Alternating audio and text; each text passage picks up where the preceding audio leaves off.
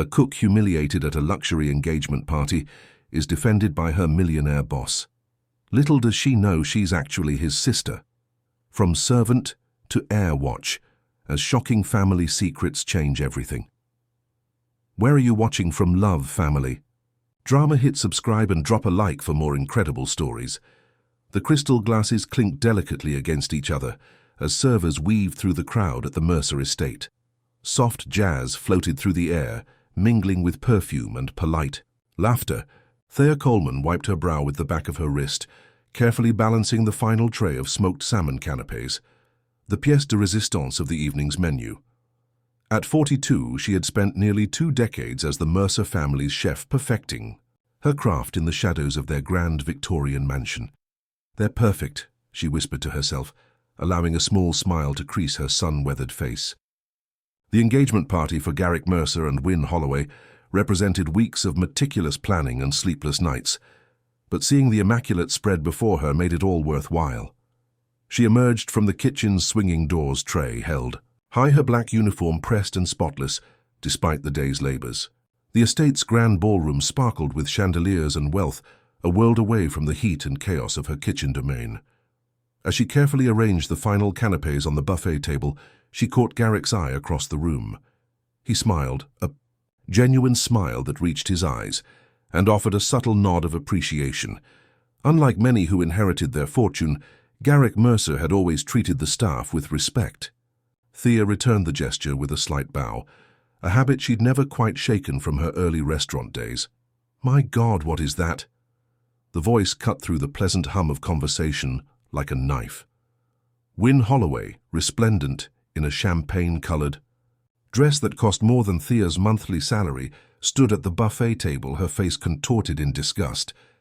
She held a half-eaten canapé between manicured fingers as though it was something foul. The room didn't fall silent. That only happened in movies, but the conversations nearest them diminished to curious murmurs. Thea felt heat rising to her cheeks. "Is something wrong, Miss Holloway?" she asked quietly, trying to maintain her professional composure. Wynne's eyes narrowed, red lips curling into a sneer. "This is absolutely revolting. The salmon tastes off." She dropped the canapé onto Thea's carefully arranged tray. "Are you trying to poison our guests on my engagement night?" The accusation hung in the air, sharp and grotesque. Thea's hands began to tremble slightly. "I assure you, everything was prepared with the freshest ingredients. The salmon was delivered this morning from—" "Don't make excuses," Wynne interrupted, her voice rising. "I specifically told Eloise we should have hired Damien's catering service, but she insisted on using the house help." She spat the last 2 words as though they tasted worse than the allegedly tainted salmon. Thea had endured her fair share of difficult employers and demanding guests, but something about Wynne's public humiliation cut deeper than usual. Perhaps it was the weeks of exhaustion catching up with her, or perhaps it was the way Wynne said house help, as if Thea were nothing more than a convenient appliance. "Wynne." Garrick's voice was calm but carried a steel edge as he appeared beside his fiancée. 6 feet tall with broad shoulders, and his father's strong jawline, he commanded attention without effort. "That's quite enough."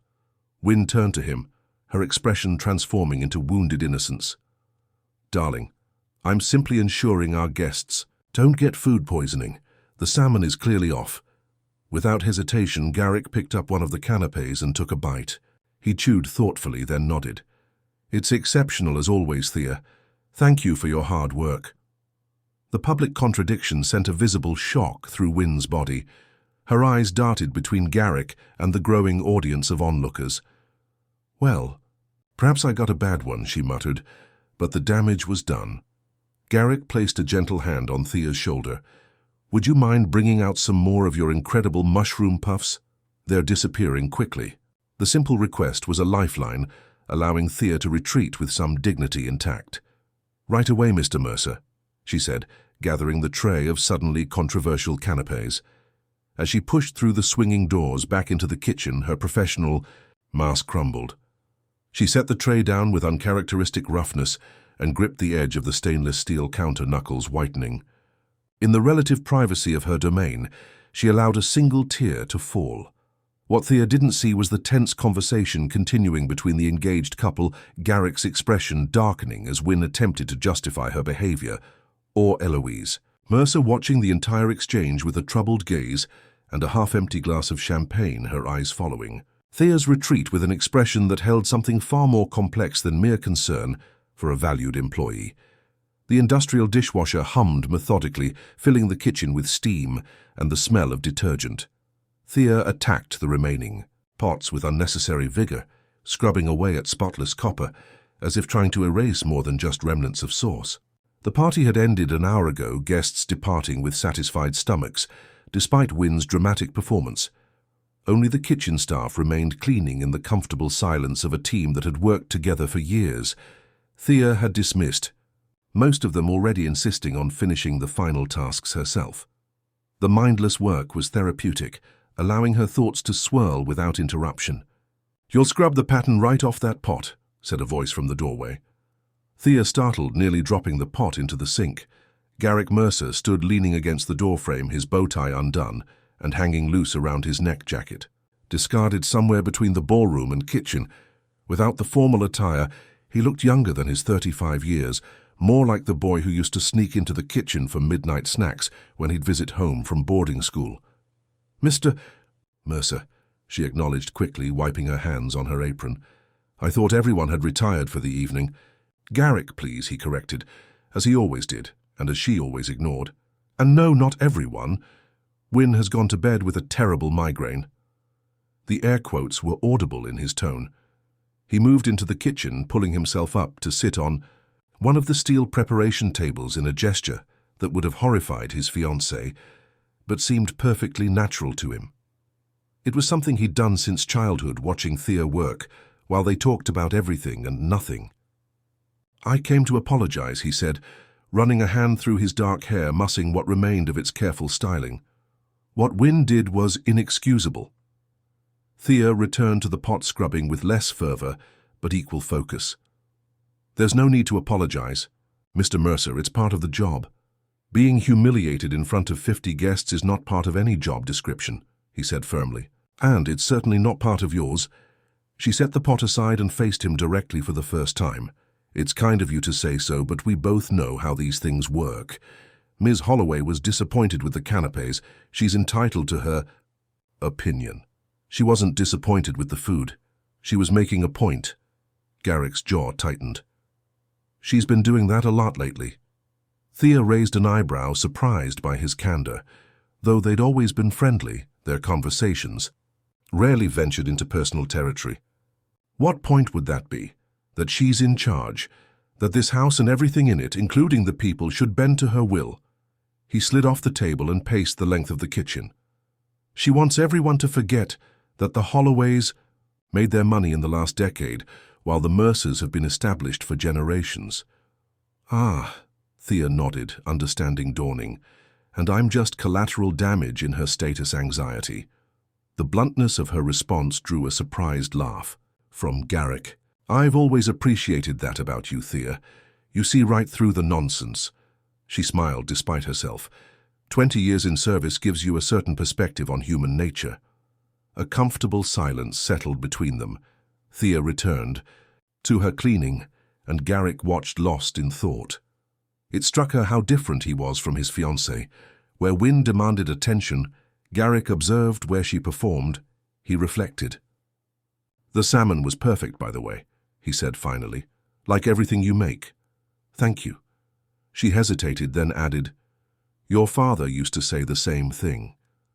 A shadow passed over Garrick's face at the mention of his father. Garrick Mercer Sr. had passed away 3 years earlier, leaving his son to navigate the family business and legacy alone. He had excellent taste. He did. Thea smiled softly at the memory. "He once drove 2 hours to a specialty market just to get the right kind of paprika for my goulash." Garrick's expression softened. "That sounds like him, always attentive to the details others overlooked." He checked his watch and straightened. "I should let you finish up here. It's late. Good night, Mr. Mercer." He paused at the doorway. "Thea, thank you for everything tonight. And please, it's Garrick." After he left, Thea stared at the spotless kitchen, feeling an inexplicable unease settle in her chest. Something had shifted tonight, though she couldn't quite identify what. She removed her apron and hung it on its designated hook, moving through her closing routine with practiced precision. As she reached to turn off the lights, she noticed a small envelope on the counter near where Garrick had been sitting. Curious, she opened it to find a generous bonus check with a handwritten note. "For exceptional service always, the Mercers are lucky to have you. G." The gesture was typical of him, thoughtful, discreet, acknowledging her work in a way that preserved her dignity. As she slipped the envelope into her bag, Thea couldn't help but wonder how such a man had ended up engaged to someone like Win Holloway. And why, when she thought about it, did she feel such a profound sense of loss? Morning light streamed through the kitchen windows, casting long golden rectangles across the polished floor. Thea had arrived earlier than usual, seeking the comfort of her domain before the house stirred to life. Her fingers worked methodically, kneading bread dough with practiced motions, each push and fold a meditation that soothed the lingering humiliation from the previous night. She hadn't slept well. The confrontation with Win kept replaying in her mind, each iteration more mortifying than the last. The rational part of her insisted it was merely an unpleasant incident, certainly not the first time a wealthy employer had treated her as less than. Yet something about this particular slight had burrowed under her skin, making her question why she remained at the Mercer estate after so many years. "The early bird catches the worm, I see." Thea looked up to find Eloise Mercer standing in the doorway, elegant even in her simple silk robe and slippers. At 67, the Mercer matriarch possessed the kind of beauty that age only enhanced, silver hair cut in a sleek bob posture as straight as a ballerina's, and eyes that missed nothing. "Mrs. Mercer," Thea acknowledged with a respectful nod, quickly wiping flour from her hands. "I wasn't expecting anyone up for hours." "Please continue," Eloise said, gesturing to the dough. "I've always found watching you work rather soothing." She moved to the coffee machine and began preparing a cup with the ease of someone who refused to be helpless in her own home, despite having staff to attend to such tasks. "Did you need breakfast prepared early?" Thea asked, returning to her kneading. "No, nothing like that. I simply couldn't sleep." Eloise took her coffee to the small breakfast nook in the corner of the kitchen, a cozy space with a view of the gardens that the family rarely used. "Would you mind terribly if I sat here while you work?" "Of course not. It's your house." Eloise took a sip of her coffee, studying Thea over the rim of her cup. "After 20 years, I'd hoped you might think of it as somewhat yours, as, well..." The comment caught Thea off guard. She shaped the dough into a loaf and placed it in a proofing basket, covering it with a damp cloth. "That's very kind, but we both know my place here." "Do we?" Eloise's eyes held a peculiar intensity. "Last night should never have happened, Thea. I want you to know that." Thea busied herself with wiping down the countertop, uncomfortable with the direction of the conversation. "It's forgotten already." "It shouldn't be. No one deserves to be treated that way, especially not in this house." Eloise set her cup down with a decisive clink. Garrick Sr. would never have tolerated it. The mention of the late Mr. Mercer sent an unexpected pain through Thea's chest. "He was a good man." "The best," Eloise agreed, a soft smile playing at her lips. "Did you know he considered you one of his greatest finds?" Thea looked up in surprise. "Me?" "Oh, yes. He used to say that discovering you working at that little bistro in the city was like finding a diamond in a coal mine." Eloise chuckled at the memory. "He was so proud when he convinced you to come work for us instead." A warm flush spread across Thea's cheeks. "I didn't realize he spoke of me to you." "Spoke of you, my dear? He wouldn't stop talking about your culinary genius." Eloise rose and brought her empty cup to the sink, standing closer to Thea than was customary. "But it wasn't just your cooking he admired. It was your dignity, your integrity, values that seem increasingly rare these days." There was something in Eloise's tone, a weight to her words that suggested she was saying more than the obvious. Before Thea could decipher it, the older woman continued. "I saw the way Garrick defended you last night." Her voice softened. "He's very much his father's son." "Yes, Thea agreed, recalling the quiet authority with which Garrick had intervened. He is. Eloise studied her for a long moment as if weighing a decision. Thea, there's something I've been meaning to... The kitchen door swung open, and Wynne breezed in wearing designer exercise wear, her hair perfectly styled despite the early hour. She stopped short at the sight of the two women. "Oh, I didn't realize there was a meeting in the kitchen." Her gaze flickered dismissively over Thea before focusing on Eloise. "I was just looking for some lemon water before my Pilates instructor arrives." Eloise's expression cooled several degrees. "I'm sure Thea would be happy to prepare that for you, Wynne." Recognizing her cue, Thea moved to the refrigerator. "Right away, Miss Holloway." "Actually," Wynne said with artificial sweetness, "I think I'll have Margot make it. She knows exactly how I like it." She turned to leave, then paused. "By the way, Eloise, I've been meaning to discuss the staff arrangements after the wedding. I think we might need to make some adjustments." The threat hung in the air, thinly veiled but unmistakable. Without waiting for a response, Wynne exited, as dramatically as she had entered, leaving a chill in her wake. Eloise's lips pressed into a thin line. That girl has all the subtlety of a sledgehammer. "She's just staking her claim," Thea said, returning to her bread preparations with forced nonchalance. "It's natural. What's natural is treating people with basic human decency." Eloise moved toward the door, then stopped. "Thea, I want you to know something. Regardless of what happens with this wedding, your position here is secure. I made a promise long ago and I intend to keep it." The cryptic statement lingered in the air long after Eloise had departed. Thea stood motionless by the counter, flour-dusted hands suspended in mid-air, mind-racing. What promise and to whom? Before she could untangle the implications, her phone chimed with a text message from Garrick. "Need to speak with you. Garden gazebo, noon important." Thea stared at the message, a strange foreboding creeping up her spine. First Eloise's mysterious comments, now this unusual request from Garrick. Something was brewing in the Mercer household, and somehow, despite 20 years of careful professional distance, she found herself at the center of it. The midday sun bathed the Mercer estate gardens in a brilliant glow, transforming them meticulously. Landscaped grounds into a verdant paradise. Thea wound her way through the rose garden, following the stone path to the gazebo that stood at its center. She had changed from her kitchen uniform into simple jeans and a blouse, a small assertion that this meeting was occurring outside her professional duties. The gazebo came into view, its white lattice structure partly obscured by climbing roses. Garrick was already there, seated on the bench, his attention fixed on a document in his hands. He looked up at her approach, his expression unreadable. "You came," he said, relief evident in his voice, as he quickly folded the paper and tucked it inside his jacket. "Your message sounded urgent." She remained standing, maintaining a respectful distance. "Is everything all right?" Garrick gestured to the space beside him. "Please sit, and drop the formality, Thea. This isn't about work." Cautiously, she perched on the opposite end of the bench. "Then what is it about?"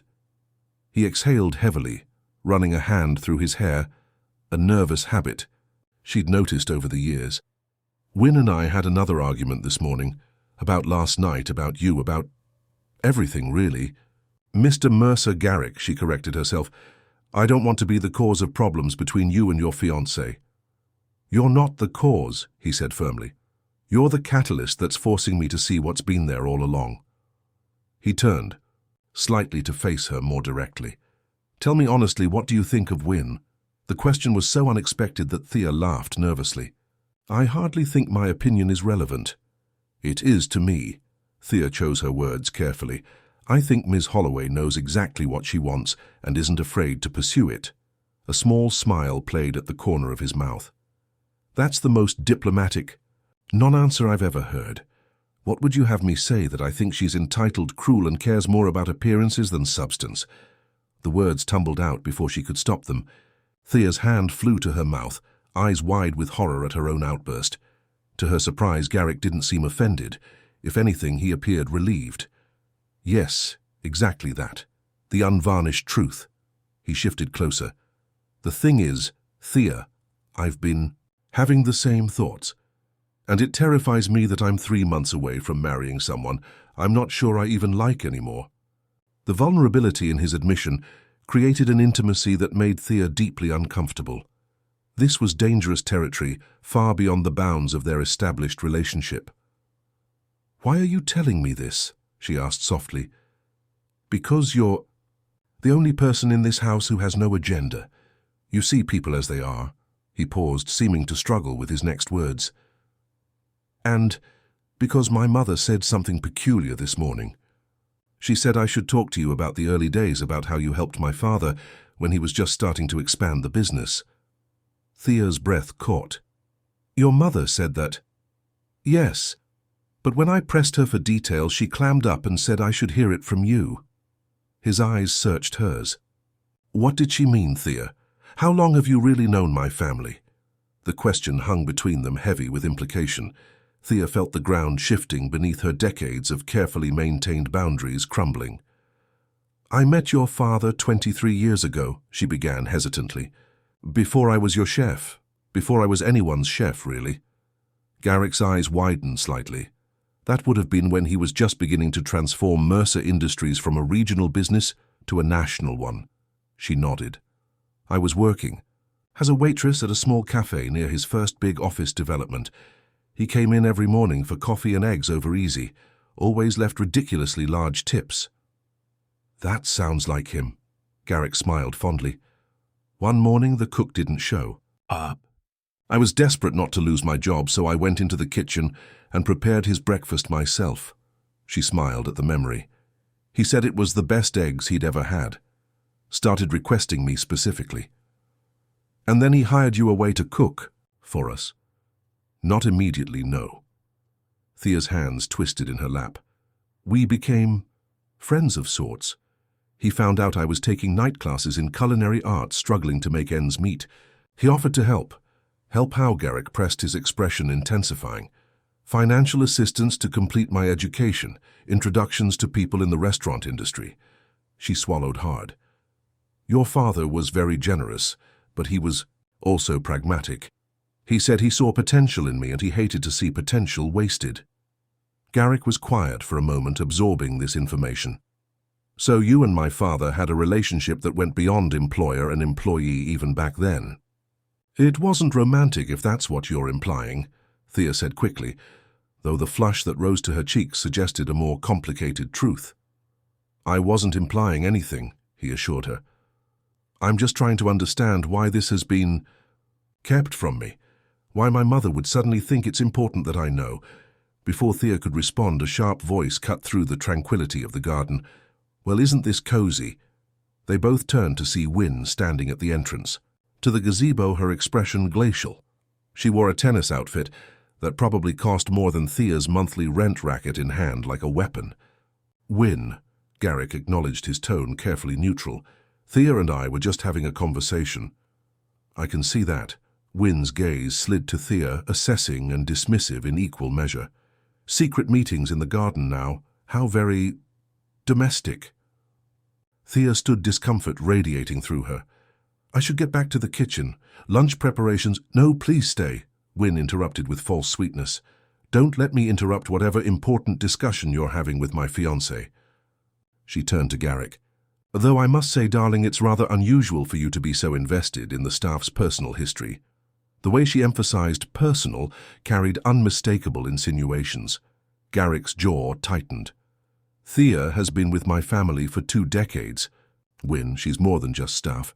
"Clearly," Wynne replied, her smile not reaching her eyes. "Well, I just wanted to let you know I've invited the Prestons for dinner tonight. Caroline's been dying to see the ring up close." She held up her left hand, where a massive diamond caught the sunlight. 6 o'clock, darling. Try not to be late. For once." Without waiting for a response, she turned and walked away, her posture rigid, with barely contained anger. "I'm sorry about that," Garrick said once she was out of earshot. "Don't be. She has every right to question why her fiancé is having private meetings with the help." Thea took a step back, mentally rebuilding the walls that had momentarily lowered. "I really should get back to work." "Thea." He reached for her arm, then thought better of it. and let his hand fall back to his side. "We're not finished with this conversation." "I think we are, Mr. Mercer." She retreated another step, at least for now. As she hurried back toward the house, Thea couldn't shake the feeling that she had just walked along the edge of a precipice. Eloise's cryptic comments, Garrick's probing questions, Wynn's thinly veiled hostility, all of it pointed to a truth she had spent years trying to forget. A truth that, if revealed, would change everything. Dinner that evening was an exercise in restraint. Thea moved efficiently through the kitchen, directing the staff with quiet authority as they prepared a feast worthy of Wynn's impromptu guests. Through the service door, she could hear the animated conversation in the dining room, Wynn's theatrical laughter, the appreciative murmurs of the Prestons as each course was presented, Garrick's measured responses to questions about the upcoming wedding. "She's showing off again," muttered Margot, the young server, as she returned to the kitchen with a half-empty bottle of wine. "Made me open a new bottle when this one was still perfectly good just because Mr. Preston mentioned he preferred the 2010 vintage.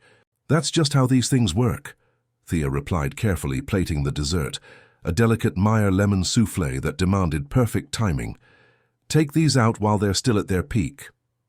As Margot departed with the desserts, Eloise unexpectedly entered the kitchen through the back door, a rare occurrence during a formal dinner. "Thea, may I have a word?" she asked, her usual composure slightly fractured. "In private." Curious and concerned, Thea nodded to her sous chef to take over and followed Eloise to the small office adjacent to the kitchen, a space typically used for menu planning and inventory.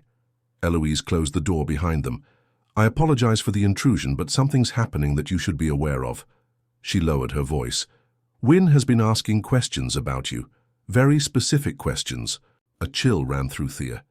"What kind of questions? About when you came to work for us? About your relationship with Garrick Sr.?" Eloise's gaze was penetrating. "She cornered our old housekeeper, Mrs. Pembroke, this afternoon. Apparently Wynn overheard your conversation with Garrick in the gazebo." Thea's stomach dropped. "We weren't discussing anything inappropriate. It's not about appropriateness, Thea. It's about Wynn feeling threatened." Eloise placed a steady hand on Thea's arm. "She's already planted seeds of doubt with the Prestons. I overheard her implying that there might be financial irregularities involving the household staff." "Financial?" Thea blinked in confusion. Then understanding dawned. "She's suggesting I'm stealing from the family." "Not directly. Just raising questions about why certain staff members have been kept on for so long without proper oversight." Eloise's expression hardened. "It's a despicable tactic, but an effective one. Rumors like that can destroy a person's reputation." Thea sank into the desk chair, mind racing. "Why would she do this? I'm no threat to her." "Aren't you?" Eloise raised an eyebrow. "Wynn wants absolute control of this household, and by extension Garrick. You represent a connection to a past she can't touch, to a version of this family she doesn't understand." She paused, seeming to weigh her next words carefully. "And then there's the other matter." "What other matter?" Instead of answering directly, Eloise removed an envelope from her pocket and placed it on the desk. "Garrick Sr. left this for you. I was supposed to give it to you after his passing, but I couldn't bring myself to do it. Perhaps that was a mistake." Thea stared at the envelope, her name written in the familiar bold handwriting of her former employer. "What is this?" "Read it, then decide what you want to do." Eloise moved toward the door, then hesitated. "Thea, whatever happens, remember that you have allies in this house, more than you know." With that cryptic statement, she slipped out, leaving Thea alone with the envelope. For several long moments, Thea simply stared at it, heart pounding in her ears. Finally, with trembling fingers, she broke the seal and extracted a single sheet of paper. As she read the contents, the color drained from her face. "My dear Thea, if you're reading this, I've finally run out of excuses to delay the inevitable. First, let me say thank you for the joy you've brought to our home through your extraordinary cooking and even more extraordinary spirit. But this letter isn't about your culinary talents. The truth is that I've kept a secret from you, from everyone except Eloise, for over 20 years, a secret that has weighed on me more heavily with each passing year." Before I married Eloise, I had a brief relationship with a woman named Claire. When it ended, I didn't know she was carrying my child. By the time I found out years later, Claire had passed away, and that child, you, Thea, had been raised by your grandmother. I discovered your existence purely by chance through a mutual acquaintance who mentioned a promising young chef whose mother had once known me. The timing fit, and a discreet investigation confirmed my suspicions. You were my daughter. I engineered our chance meeting at that cafe all those years ago. I convinced myself that offering you employment and education was enough, that disrupting your life with the truth would only cause pain. Eloise knows everything. She has known from the moment I discovered you, and in her infinite grace she accepted you as part of our extended family in the only way we thought possible at the time. I leave it to you to decide what to do with this information. Know that my deepest regret is not acknowledging you publicly while I lived. Whatever you choose, the enclosed documents will provide for your future. With love from the father who admired you from a distance. Garrick Mercer Sr. Behind the letter was a legal document, amendments to the Mercer Family Trust, officially recognizing Thea Coleman as the biological daughter of Garrick Mercer Sr. and establishing a significant inheritance in her name. The room seemed to tilt around her. Thea gripped the edge of the desk, breath coming in shallow gasps. All these years, the man she had admired and respected from a professional distance had been her father. The family she had served had been her own flesh and blood, and Garrick, her employer, the man who had defended her against Wynn's cruelty, was her half-brother. Before she could process this earth-shattering revelation, a knock at the door jolted her back to reality. She hastily folded the letter and tucked it into her pocket. "Yes," she called, struggling to keep her voice steady. The door opened to reveal Margot, eyes wide with distress. "Thea, you need to come quickly. Miss Holloway is making a scene in the dining room, and it's about you." The dining room fell silent as Thea entered, letter still burning in her pocket. 6 pairs of eyes turned toward her, Wynn's gleaming with malicious triumph, Garrick's dark with concern, Eloise's resolute, and the Prestons flickering with uncomfortable curiosity. "Ah, here she is," Wynn declared, wineglass dangling precariously from her manicured fingers. "The woman of the hour." "Wynn, that's enough," Garrick said, his voice low but commanding. "Oh, I'm just getting started, darling." Wynn's smile was razor-sharp. "I was just telling Caroline and Richard about some discrepancies I've discovered in the household accounts." Thea felt her professional mask slip into place, the one she'd perfected over decades of service. "Is there a problem with tonight's dinner, Miss Holloway?" "The dinner is fine, it's the cook I'm concerned about." Wynn set her glass down with exaggerated care. "You see, I've been reviewing the household expenditures as any responsible future mistress of the house should, and I've noticed some very interesting patterns." Eloise cleared her throat. "This is hardly appropriate dinner conversation, Wynn." "On the contrary, Eloise, I think financial integrity is a perfect topic for a family discussion." Wynn's gaze never left Thea. "Did you know that our chef here has been receiving regular bonuses for years, far above industry standard? And then there are the unexplained withdrawals from the household account, always coinciding with her time off." The implication hung in the air, ugly and deliberate. Thea felt heat rising to her face, but years of professional discipline held her steady. "Any compensation I've received has been authorized by the Mercer family," she said evenly. "By specific members of the Mercer family, yes." Wynn's eyes flicked meaningfully toward Eloise. "The question is why? What services beyond cooking could possibly warrant such generosity?" Garrick pushed back from the table abruptly, the legs of his chair scraping against the hardwood floor. "That's enough.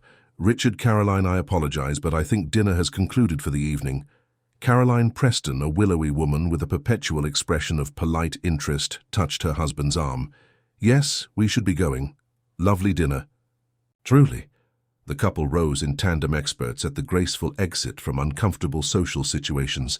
As soon as the front door closed behind the Prestons, Garrick rounded on Wynn. "What the hell was that, her due diligence?" Wynn replied coolly. "Someone in this family needs to take charge of the growing irregularities." "There are no irregularities," Eloise interjected. Every penny Thea has received was approved by either myself or Garrick Sr. Yes, and that's precisely what concerns me. Wynne's voice dropped to a theatrical whisper. What hold does this woman have over the Mercer family that warrants such unquestioning loyalty? The letter seemed to pulse in Thea's pocket like a living thing. One word from her could answer that question definitively. One word could change everything. But the shock was still too fresh, the implications too enormous to process. I believe I should excuse myself, Thea said, her calm exterior belying the turmoil within.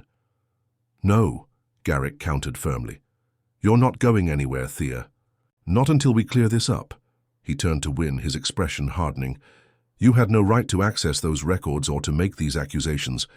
I had every right as your future wife. Wynne's composed facade finally cracked.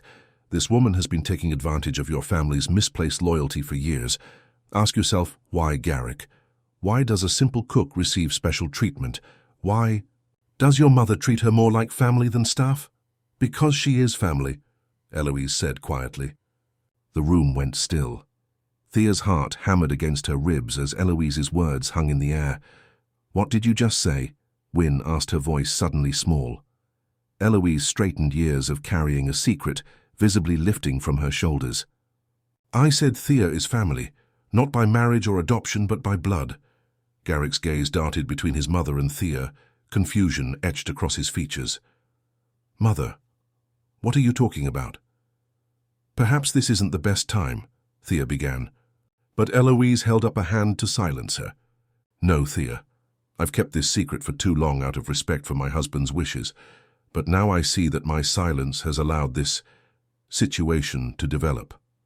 She turned to her son. Garrick, Thea is your father's daughter, your half-sister. The words fell like stones into still water, sending ripples of shock through the room. Garrick staggered slightly, reaching for the back of a chair to steady himself. Wynne's face contorted through a series of expressions, disbelief, confusion, and finally a twisted sort of glee. Well, she said, breaking the stunned silence. Isn't this deliciously scandalous? The faithful family chef turns out to be the secret love child. How very Gothic novel. Shut up, Wynne. Garrick's voice was barely above a whisper, but the command in it was unmistakable. His eyes never left Thea's face, searching for confirmation or denial. Slowly, Thea withdrew the letter from her pocket. Eloise gave me this tonight. It's from your father. Our father.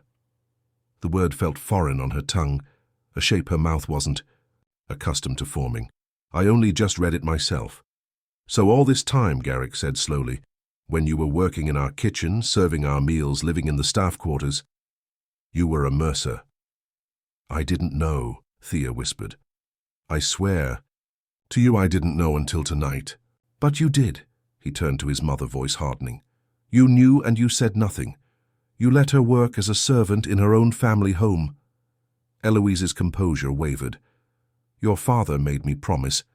He thought it would be easier this way, that revealing the truth would only disrupt everyone's lives. Easier, Garrick repeated incredulously. For whom? Certainly not for Thea.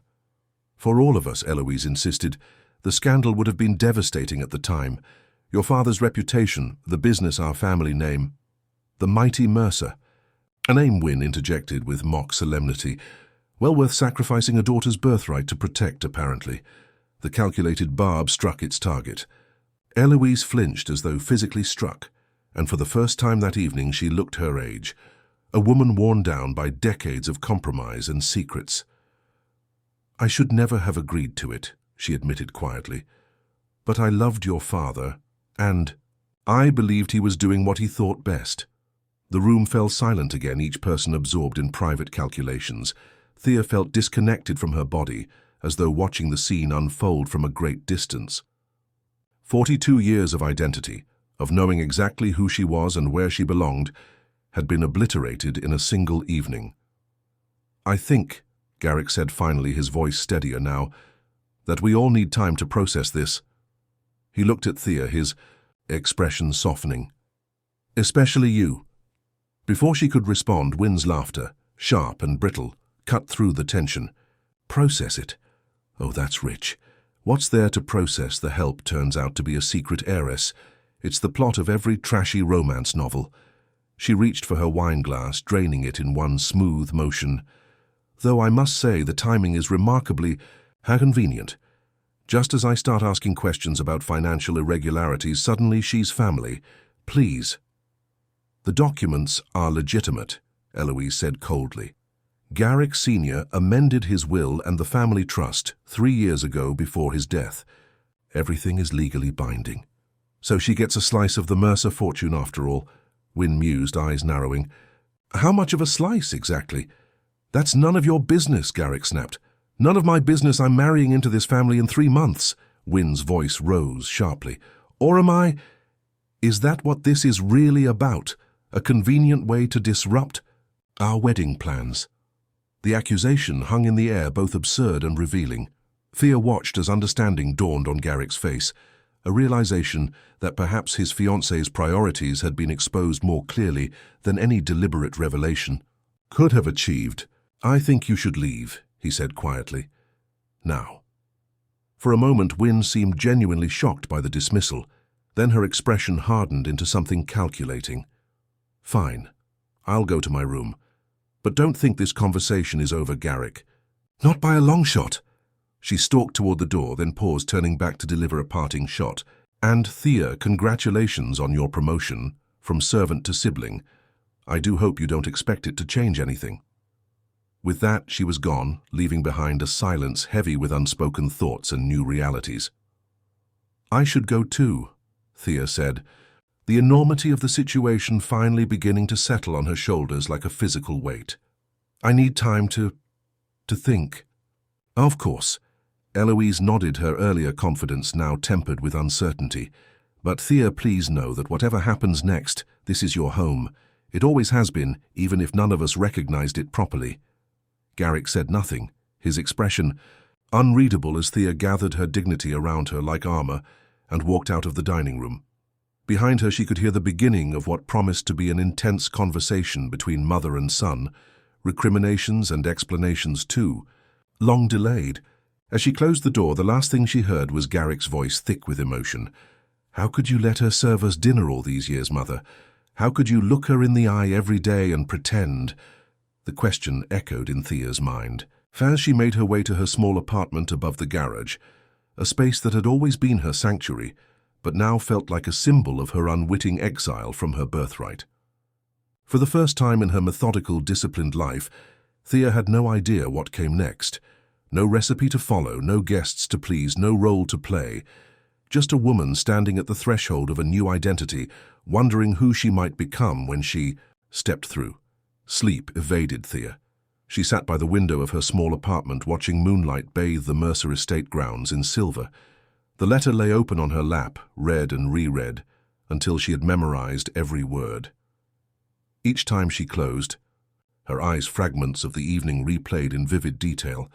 Eloise's revelation, Garrick's stunned expression, Wynne's calculated malice. A soft knock at her door startled her from her reverie. Glancing at the clock, 1:23 a.m., she hesitated, wondering who would seek her out at this hour. Another knock, more insistent this time. When she opened the door, Garrick stood on the threshold. He had changed from his dinner attire into jeans and a simple sweater, his hair disheveled as if he'd been running his hands through it repeatedly, or perhaps he hadn't bothered to fix it after attempting to sleep. I'm sorry for the hour. He said, his voice rough with emotion or exhaustion or both. May I come in? Wordlessly, she stepped aside. It struck her that in 20 years he had never entered her private living space. Even now, with their relationship fundamentally altered, he moved cautiously, respecting her territory. I couldn't sleep, he admitted, taking in the modest but comfortable room with a new awareness. I kept thinking about you up here alone with this revelation. It's a lot to process, Thea acknowledged, gesturing for him to sit in the armchair while she perched on the edge of her bed. The small space suddenly felt intimate in a way that was both unfamiliar and strangely fitting. I had a long talk with my mother after you left, Garrick said after a moment of awkward silence. She filled in some of the gaps. Apparently my father met your mother when he was just starting out in business before he met Mom. When they reconnected, Years later, and he discovered the truth you were already established in your career. Thea nodded slowly. According to his letter, he orchestrated our chance meeting at the cafe where I worked. Classic dad, Garrick said, with a hint of bitter amusement. Always manipulating situations from behind the scenes, convinced he knew what was best for everyone. He thought he was helping me, Thea said softly, in his own way. By making his daughter work as household staff instead of acknowledging her, Garrick's anger was palpable. That wasn't help, Thea. That was cowardice disguised as benevolence. The harshness of his assessment surprised her. You sound very certain for someone who just learned about this a few hours ago. Because it's clear as day to me. He leaned forward, elbows on his knees. He should have told you the truth immediately. He should have welcomed you properly into the family, given you your rightful place. And what place would that have been? Thea challenged, a defensive edge entering her voice. I was already in my 30s with my own identity, my own career. Should I have suddenly started calling myself Thea Mercer, moved into the main house, attended charity galas and board meetings? The questions hung between them, revealing the complexity of a situation with no easy solutions. You deserved the choice, Garrick said finally. That's what he took from you, the right to decide your own path with all the facts in front of you. Thea couldn't argue with that. She had been denied agency in her own life story, a realization that cut deeper than any other aspect of the revelation. What happens now? She asked the question, encompassing a universe of uncertainties. Garrick's expression softened. Whatever you want to happen. The Mercer Trust has been amended to include you. That part is already done. But how you want to proceed, whether you want to publicly acknowledge your place in the family, that's entirely up to you. The enormity of the decision settled on her shoulders. And what about you? How do you feel about suddenly acquiring a half-sister? A genuine smile crept across his face, the first she'd seen since the revelation. Honestly, once the shock wore off, I felt relief. Relief. I've always felt a connection to you, Thea, a sense of understanding that went beyond employer and employee. Now I know why. He hesitated, then added, and it explains why I've always trusted your judgment more than almost anyone else's. The sincerity in his voice warmed something inside her that had been cold with shock. I've always respected you too, she admitted, even when you were that gangly teenager sneaking into my kitchen for midnight snacks. They shared a moment of quiet laughter, the tension between them easing slightly. Speaking of judgment, Garrick said, his expression growing serious again. I need to talk to you about Wynne. Thea tensed. I don't think that's necessary. It is. He took a deep breath. I'm ending our engagement.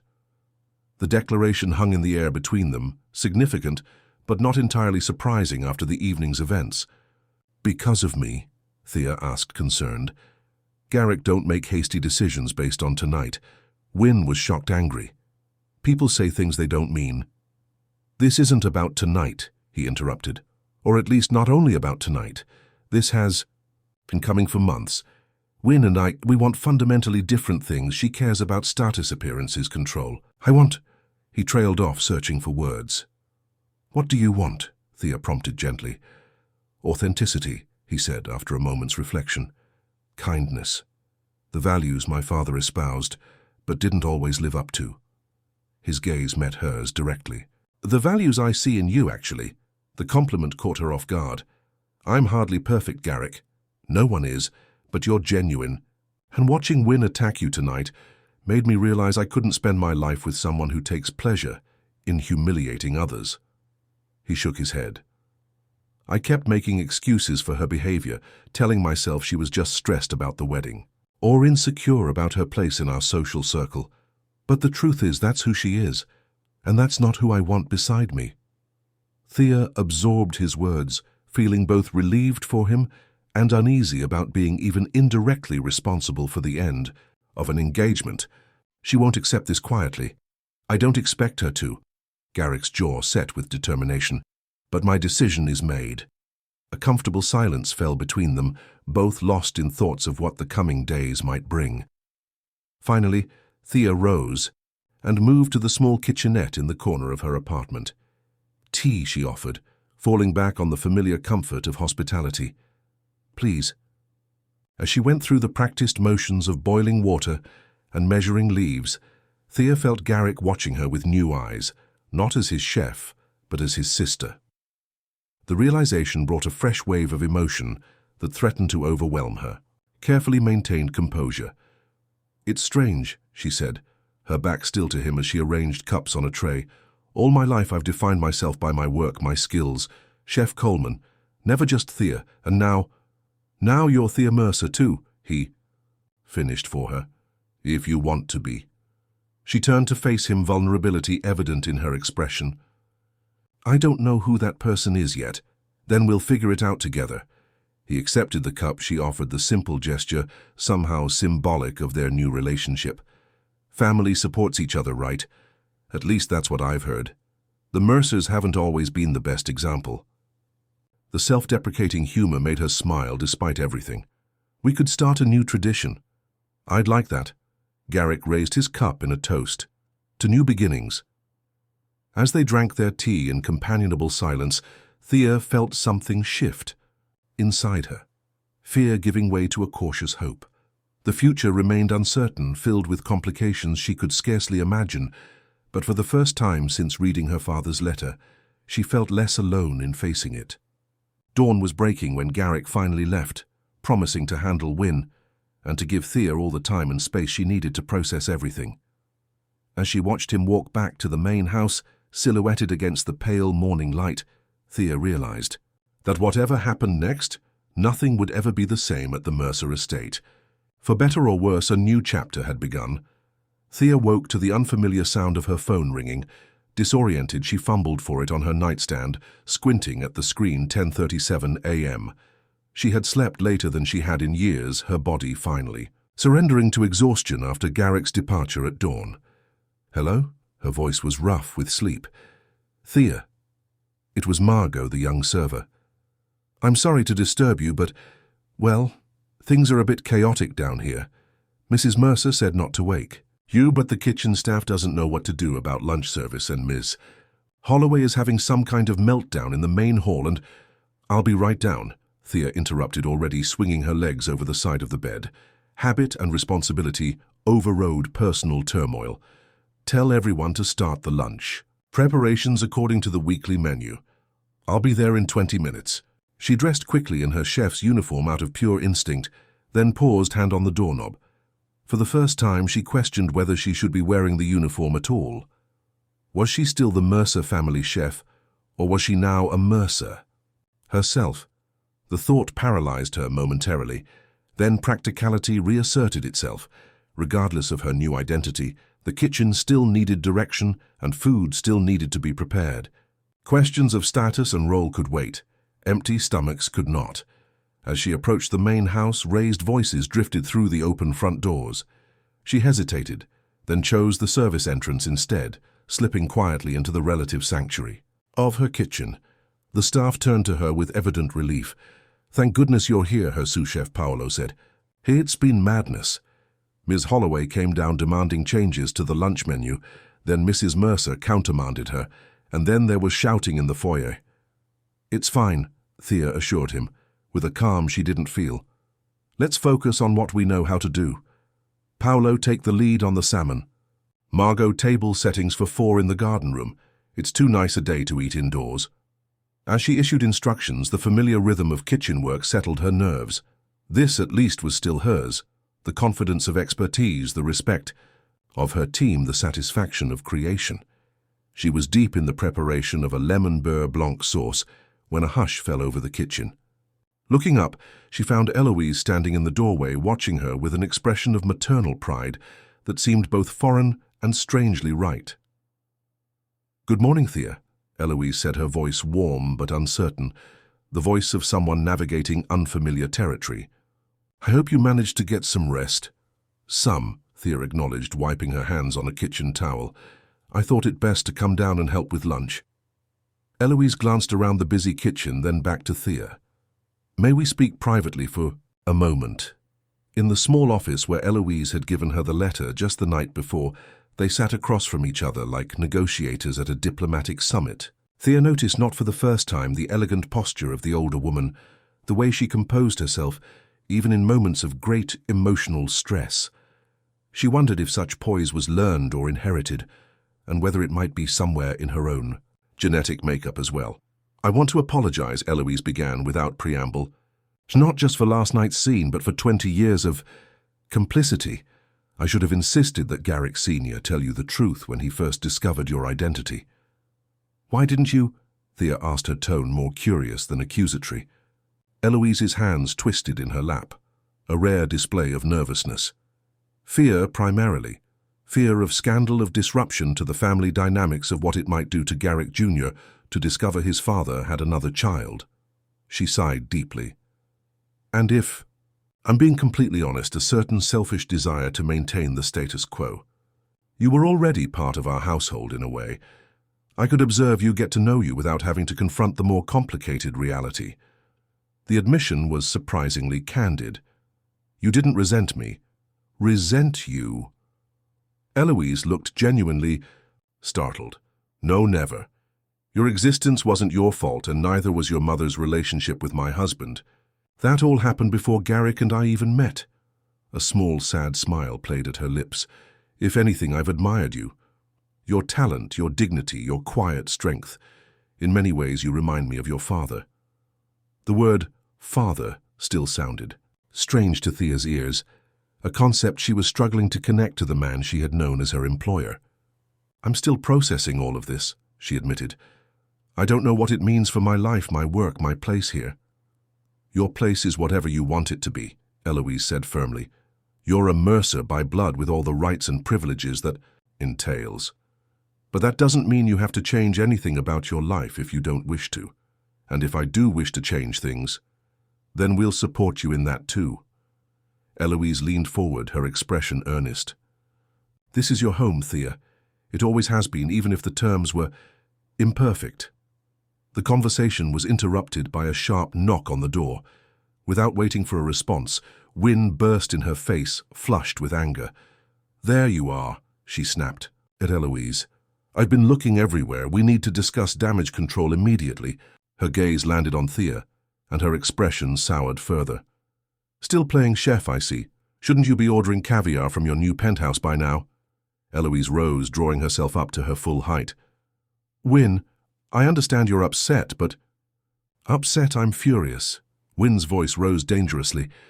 "Garrick just informed me that our engagement is over, after 3 years, and all because of this sudden family revelation." She made air quotes with her fingers, her disdain palpable. "That's not why," came Garrick's voice from the doorway. He stood there, arms crossed, expression resolute. "And I think you know that." Wynne whirled to face him. "Don't you dare blame this on me. Things were perfect between us until she suddenly became a priority." She jabbed a finger toward Thea. "Convenient timing, wouldn't you say? Just when we're 3 months from the wedding, suddenly there's a new Mercer to divert attention. And resources." "You're embarrassing yourself," Garrick said quietly. "This has nothing to do with Thea and everything to do with who you've shown yourself to be, who you've always been, if I'm honest with myself." The calm rejection seemed to infuriate Wynne, more than any heated argument could have. "You can't just throw me aside like this. Do you have any idea what this will do to my reputation, to my social standing? Perhaps you should have considered that before you started spreading malicious rumors about staff stealing from the family," Eloise interjected coolly. Wynne's gaze darted between the three of them, calculation replacing raw emotion. "So that's it, the Mercers close ranks around their newfound daughter, and I'm cast out into the cold." "No one is casting you anywhere," Garrick said. "I'm simply recognizing that we aren't compatible. You want a husband who will give you status and let you rule. A household with an iron fist. I want a partner who shares my values." "Values," Wynne spat the word like a curse. "You mean like the value of keeping secret children hidden away in the kitchen? Those kinds of family values?" Thea, who had remained silent during the exchange, finally spoke. "Ms. Holloway, I understand this is a difficult situation for everyone, but nothing about my presence here is meant to hurt you. Save your sermonizing for someone who cares, chef." Wynne's emphasis on the title dripped with sarcasm. "This isn't over, not by a long shot." She turned back to Garrick, voice dropping. To a dangerous purr. You think this will be a simple, clean break? Think again. I have 3 years of inside knowledge about the Mercers and their business. 3 years of secrets and weaknesses catalogued away. The naked threat hung in the air, ugly and undeniable. Are you attempting to blackmail my family? Eloise asked, her voice ice-cold. I'm simply stating facts. Wynne smoothed her designer dress with practiced nonchalance. Actions have consequences. Decisions have repercussions. Her gaze settled on Thea. Everyone has secrets, some more damaging than others. With those ominous words, she turned and stalked out heels, clicking sharply against the hardwood floors. In the silence that followed, Thea felt a chill of foreboding. She's going to try to hurt you because of me, she said quietly. Let her try. Garrick replied, his expression hardening. The Mercers have weathered worse storms than a jilted socialite. With a grudge. She specifically mentioned secrets, Thea pressed. What could she know that would damage the family? Eloise and Garrick exchanged a look that suggested there were still things being left unsaid, more family complexities that Thea had yet to discover. Nothing that can't be managed, Eloise said finally. For now, let's focus on moving forward. Thea, have you given any thought to how you'd like to proceed? The question felt impossibly large. How did one proceed after discovering their entire identity had been built on partial truths? But looking at Eloise and Garrick, her family by blood, if not yet by emotional reality, Thea felt a strange sense of certainty forming within her. I think, she said slowly, that I'd like to continue cooking for now. It's what I know, what centers me. But I also think it's time I learned about the Mercer family business, about my father's legacy, about who I might become if I allow myself to be more than Chef Coleman. Garrick's face broke into a genuine smile. I think that sounds like an excellent starting point. As they discussed practical next steps, legal recognition, potential public announcement, transition plans, Thea felt herself standing at the threshold of a new life. Behind her lay 20 years of service, before her stretched an unknown future as Thea Mercer. And somewhere in the distance, Wynne Holloway was plotting her revenge. 2 days later, Thea sat in the imposing office of Lawrence Dillinger, the Mercer, family's attorney for over 30 years. The austere room, with its leather-bound books and oil paintings of stern-faced legal predecessors, made her feel distinctly out of place. Beside her, Garrick provided a reassuring presence, while across the massive mahogany desk, Dillinger examined documents with meticulous attention. Everything appears to be in order, he announced, finally looking up at Thea over his wire-rimmed glasses. Garrick Sr. was nothing if not thorough.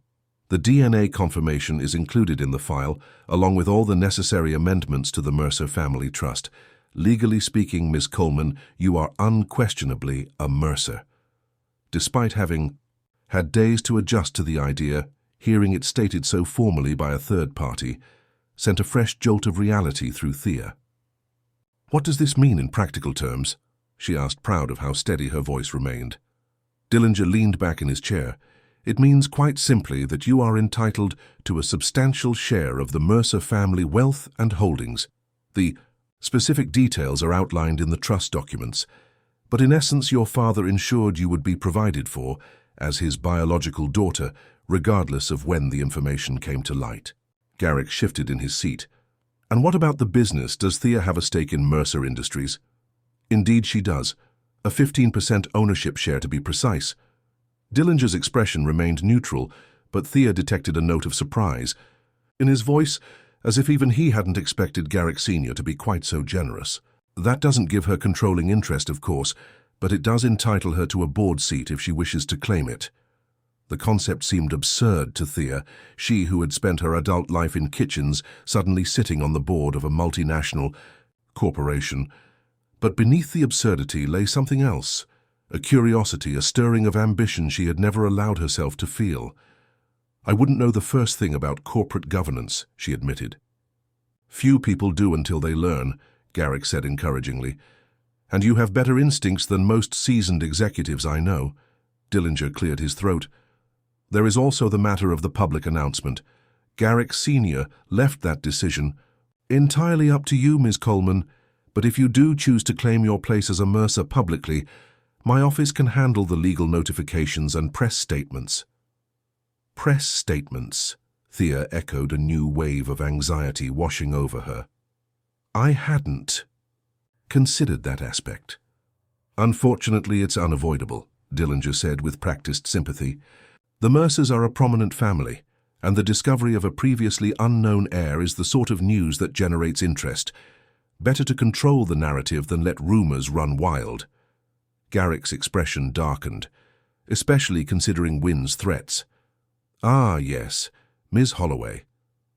Dillinger's tone suggested this was not the first time he had dealt with complications involving Garrick's former fiancée. "I understand the engagement has been terminated. Has she made any specific allegations we should be prepared to address?" "Nothing specific yet," Garrick replied. "Just vague threats about damaging information she claims to possess." Dillinger made a note on his legal pad. "We'll monitor the situation. In the meantime, Ms. Coleman, I'll need your decision about the public announcement within the week if possible. The longer we wait, the more opportunity for leaks or speculation." Thea nodded, though inwardly she felt overwhelmed by the speed with which her life was changing. Just a week ago, her biggest concern had been planning the weekend menu for the Mercer household. Now she was discussing press releases about her newfound identity. As they left the attorney's office, Garrick suggested they walk through the nearby park rather than immediately returning to the estate. The autumn day was crisp, and clear leaves crunching beneath their feet as they followed the winding path. "You're very quiet," Garrick observed after several minutes of silence.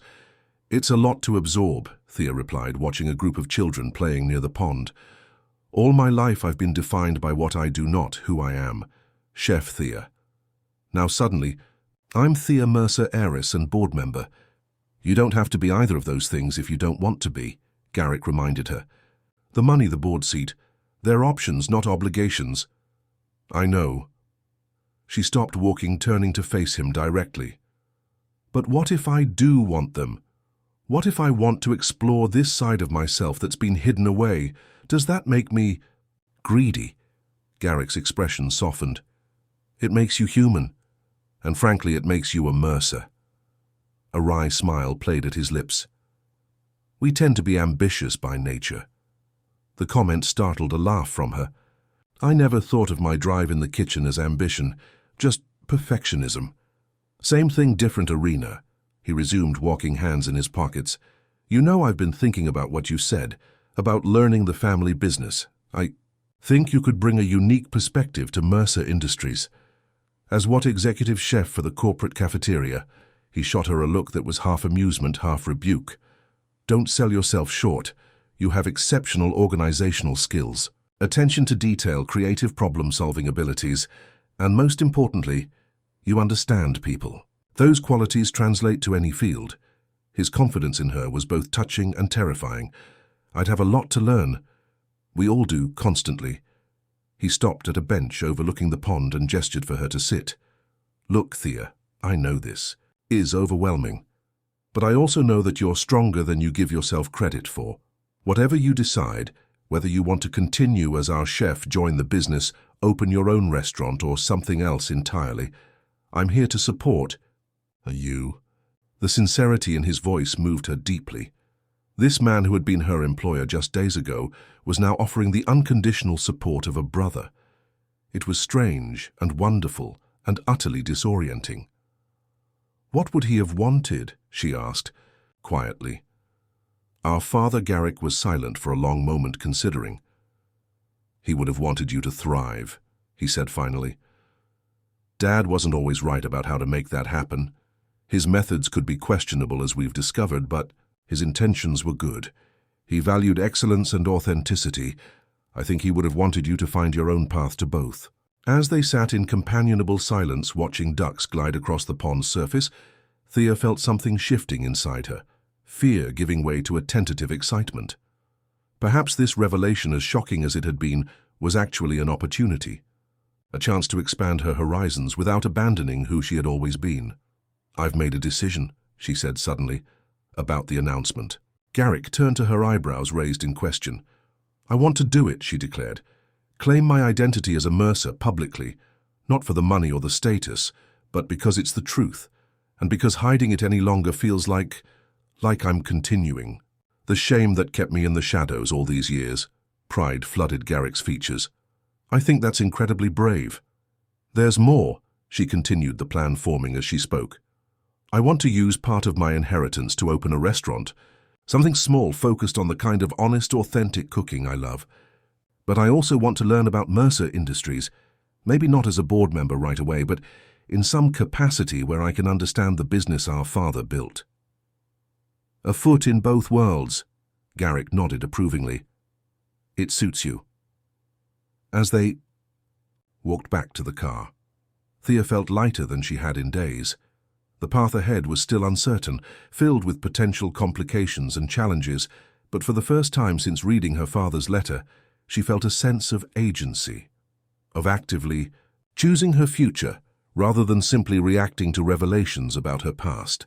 What she didn't know was that across town, Wynne Holloway was meeting with a tabloid journalist, her perfectly manicured nails tapping against a manila folder filled with documents that threatened to turn Thea's carefully considered plans into a public spectacle far sooner than anyone had anticipated.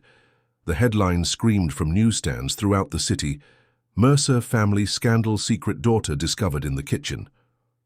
Beneath it, a candid photo of Thea in her chef's uniform, looking startled as she exited a grocery store, alongside a formal portrait of Garrick Mercer Sr. from a business publication. The resemblance between them, never obvious to Thea before now, seemed unmistakable. The same determined set of the jaw, the same analytical gaze. Thea stared at the newspaper Garrick had placed on the kitchen island, her hands gripping the counter edge so tightly, her knuckles whitened. The article beneath the sensational headline was worse than the photo, a toxic blend of facts, half-truths, and insinuations that painted her as either a calculating gold digger or a pathetic victim, depending on which paragraph one read. How did they get this information? She asked, voice barely above a whisper. We hadn't even made the official announcement yet. Garrick's expression was grim. Wynne, it has to be. The article mentions details that only someone inside the family would. So? Eloise, who had been silently reading over Thea's shoulder, placed a supportive hand on her arm. I'm so sorry, my dear. This is precisely what we wanted to avoid by controlling the announcement ourselves. She quotes anonymous sources close to the family, saying that I've been secretly receiving payments for years. Thea said the words, bitter in her mouth, making it sound like hush money rather than salary for actual work. It's character assassination, Garrick agreed, barely contained fury evident in his voice. She's trying to make it seem like you manipulated your way into the family fortune. Thea pushed the paper away, unable to stomach any more of the poisonous narrative. What do we do now? The story is already out there. We fight back, Garrick declared. Dillinger can issue our own statement immediately, presenting the facts clearly and shutting down the more outrageous claims. Will that be enough? Thea asked, doubt creeping into her voice. You know what they say. A lie can travel halfway around the world while the truth is still putting on its shoes. Perhaps, Eloise conceded, but we have something Wynne doesn't. What's that? Thea looked up, desperate for any advantage. The actual truth, Eloise said simply, and each other. The kitchen phone rang, breaking the moment of solidarity. Margot, who had been hovering awkwardly by the pantry, unsure whether to continue her duties amid the family crisis, answered it. Mercer residence, she said professionally, then her eyes widened. Oh, yes, she's here. One moment. She held out the phone to Thea. It's the Times. They want a statement. Before Thea could respond, the phone rang again on another line. And then Garrick's cell phone began chiming with notifications. It's starting, he muttered, silencing his phone. Once one outlet breaks a story like this, they all pile on. Eloise straightened her shoulders, the family matriarch taking command of the situation. Margot, please inform any callers that the family will be issuing a formal statement this afternoon, and declined further comment. Garrick called Dillinger, and have him prepare that statement immediately. Thea, her voice softened. My dear, I think you should take some time for yourself. This will get worse before it gets better. I'm not hiding, Thea said, a steely determination. entering her voice that surprised even her. That's what he did, my father. He hid the truth out of fear or shame or misguided protection. I won't continue that pattern. Garrick looked at her with newfound respect. What do you suggest? We accelerate our plans, Thea said decisively. I don't want to be paralyzed by Wynn's attack. If I'm going to be a mercer, then I'll face this head-on like a mercer. Over the next several hours, the house transformed into a makeshift command center. Dillinger arrived with 2 associates drafting statements and fielding calls from the press. Garrick assembled a small team from the Mercer Industries Public Relations Department coordinating strategy to protect both the family name and the company's stock price, which had dipped slightly as news of the scandal spread. Thea found herself in the surreal position of both observing and participating in the crisis management. One moment she was making coffee for the assembled professionals, old habits died hard. The next, she was reviewing the wording of the official announcement of her identity.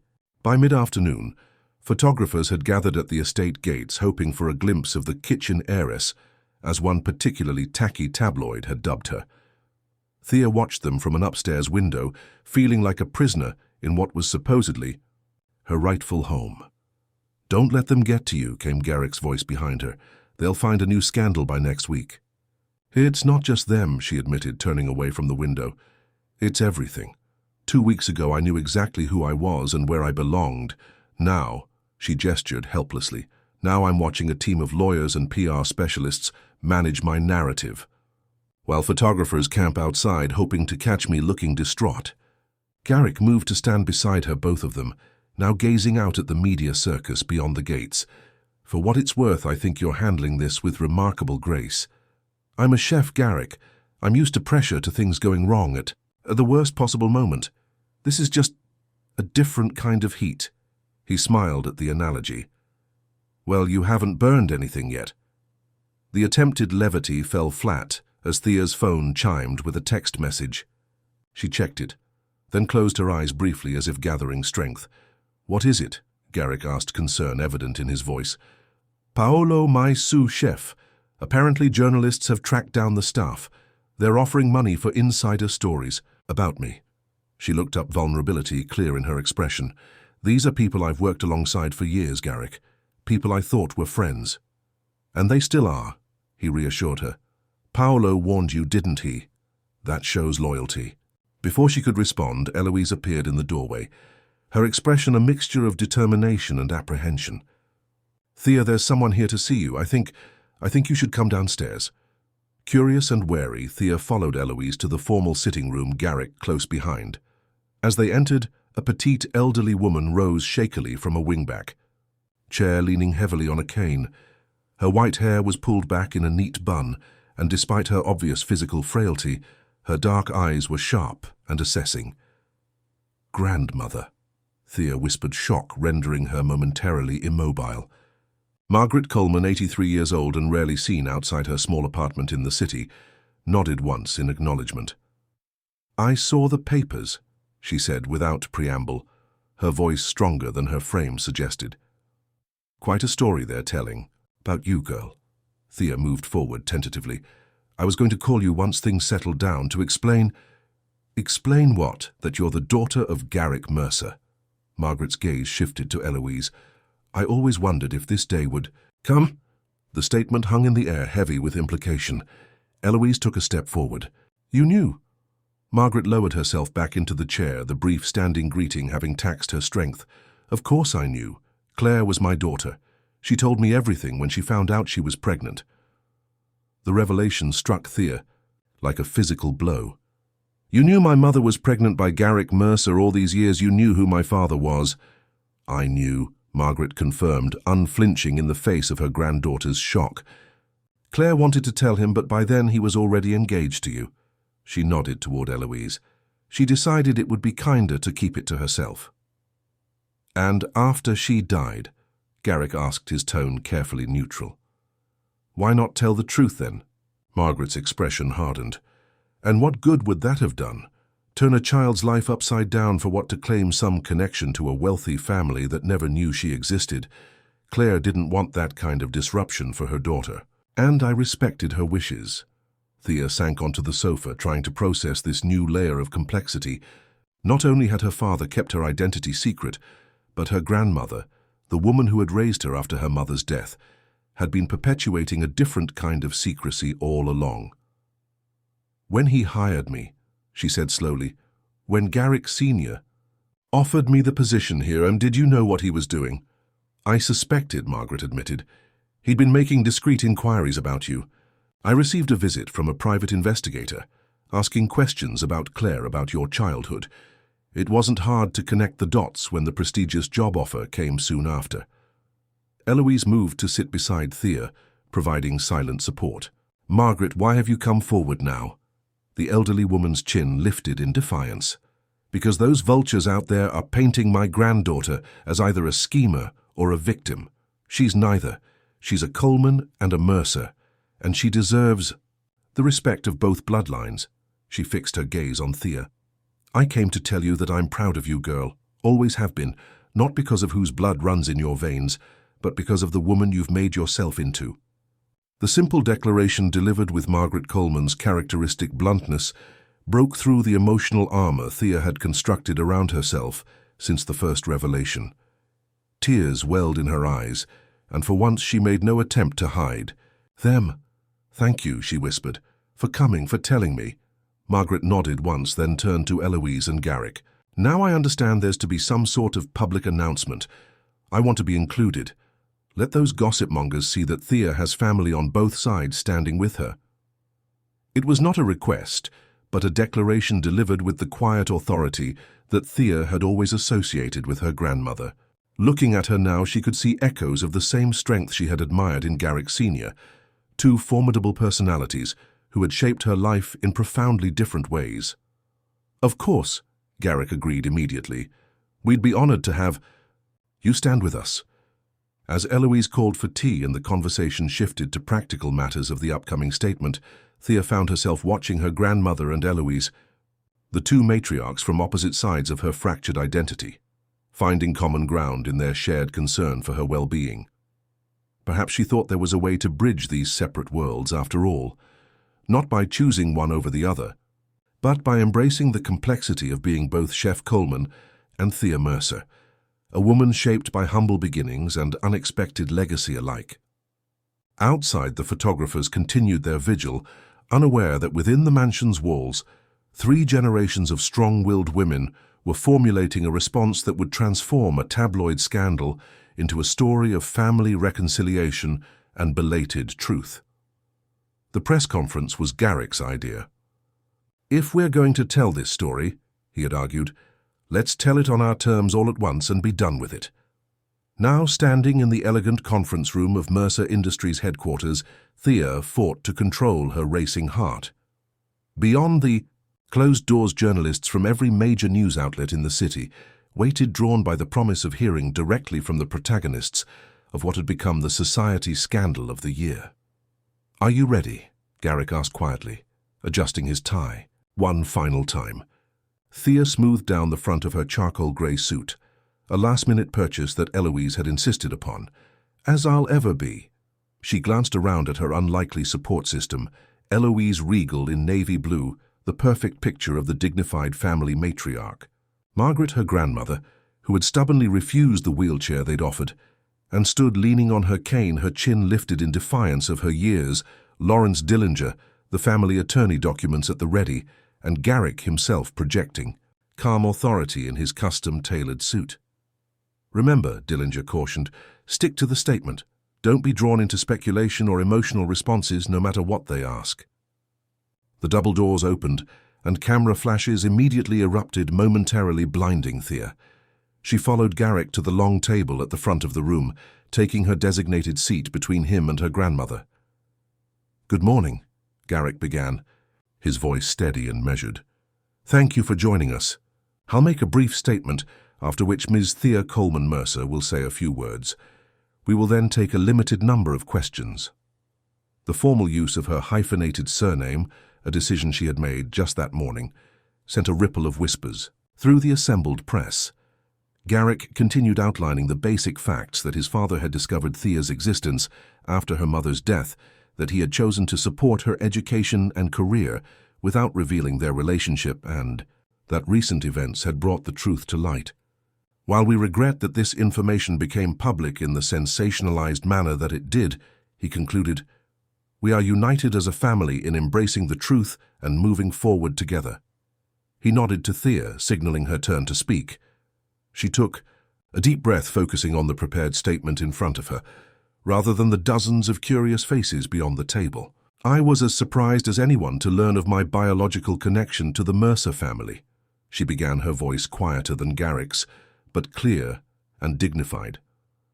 For 20 years, I have been proud to serve as the Mercer family chef, building a career based on my own skills and hard work. Those years were not, as some have suggested, part of some elaborate deception. They were simply my life, a life I chose and valued. She paused, steadying herself before continuing. Learning about my father, about Garrick Mercer Sr., has been both a shock and a gift. While I wish he had chosen to acknowledge me during his lifetime, I understand the complicated factors that led to his silence. I am grateful for the support of my brother Garrick Mercer Jr. and my stepmother Eloise Mercer, as well as my grandmother Margaret Coleman, who raised me after my mother's death. She looked up from her prepared remarks, making deliberate eye contact with the reporters. I am both a Coleman and a Mercer. I am both a professional chef and now it seems an heiress. I intend to honor both sides of my heritage by continuing to work in the culinary field while also learning about my father's business legacy. I ask for privacy and respect as our family navigates this transition. The statement complete, Thea sat back feeling strangely light, as if the public declaration had lifted a weight she hadn't realized she was carrying. Dillinger stepped forward to moderate the question period, pointing to a reporter in the front row. Ms. Coleman Mercer, what do you say to allegations that you deliberately infiltrated the Mercer household to gain access to the family fortune? The accusation, clearly inspired by Wynn's tabloid narrative, sent a flash of anger through Thea. But before she could respond, her grandmother's voice cut through the room, sharp and authoritative despite her age.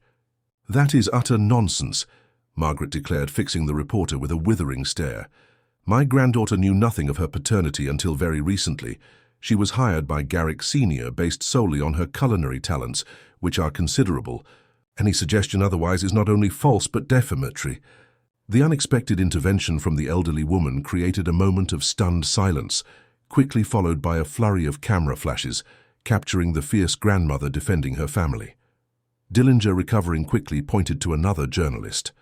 Mr. Mercer, how do you feel about discovering you had a half-sister all this time, especially one who was employed in your home? Garrick considered the question, his expression thoughtful. Initially I was shocked, then angry, not at Thea but at the circumstances that kept this truth hidden for so long. Now I'm simply grateful for the opportunity to know my sister properly without the artificial barriers of employer and employee between us. The questions continued, some probing, some borderline offensive, all hungry for details of the unconventional family dynamic. Throughout it all, Thea was struck by the united front presented by her newfound family. Eloise deflected implications about her husband's fidelity by pointing out that his relationship with Claire Coleman predated their marriage. Garrick firmly shut down questions about Wynn and the broken engagement. And Margaret, despite her physical frailty, became an unexpected star of the proceedings, her blunt responses drawing occasional laughter from the press corps. Finally, a reporter from a respected business journal raised his hand. Ms. Coleman Mercer, you mentioned honoring both sides of your heritage. Do you have specific plans for how you'll balance your culinary career with your new position in the Mercer family? This was the question Thea had been waiting for, an opportunity to announce the decision she had made during those tense days after the story broke. Yes, she said, sitting forward slightly. I'll be opening my own restaurant called Roots, which will celebrate both my culinary training and the honest, unpretentious food I grew up with in my grandmother's kitchen. She smiled briefly at Margaret.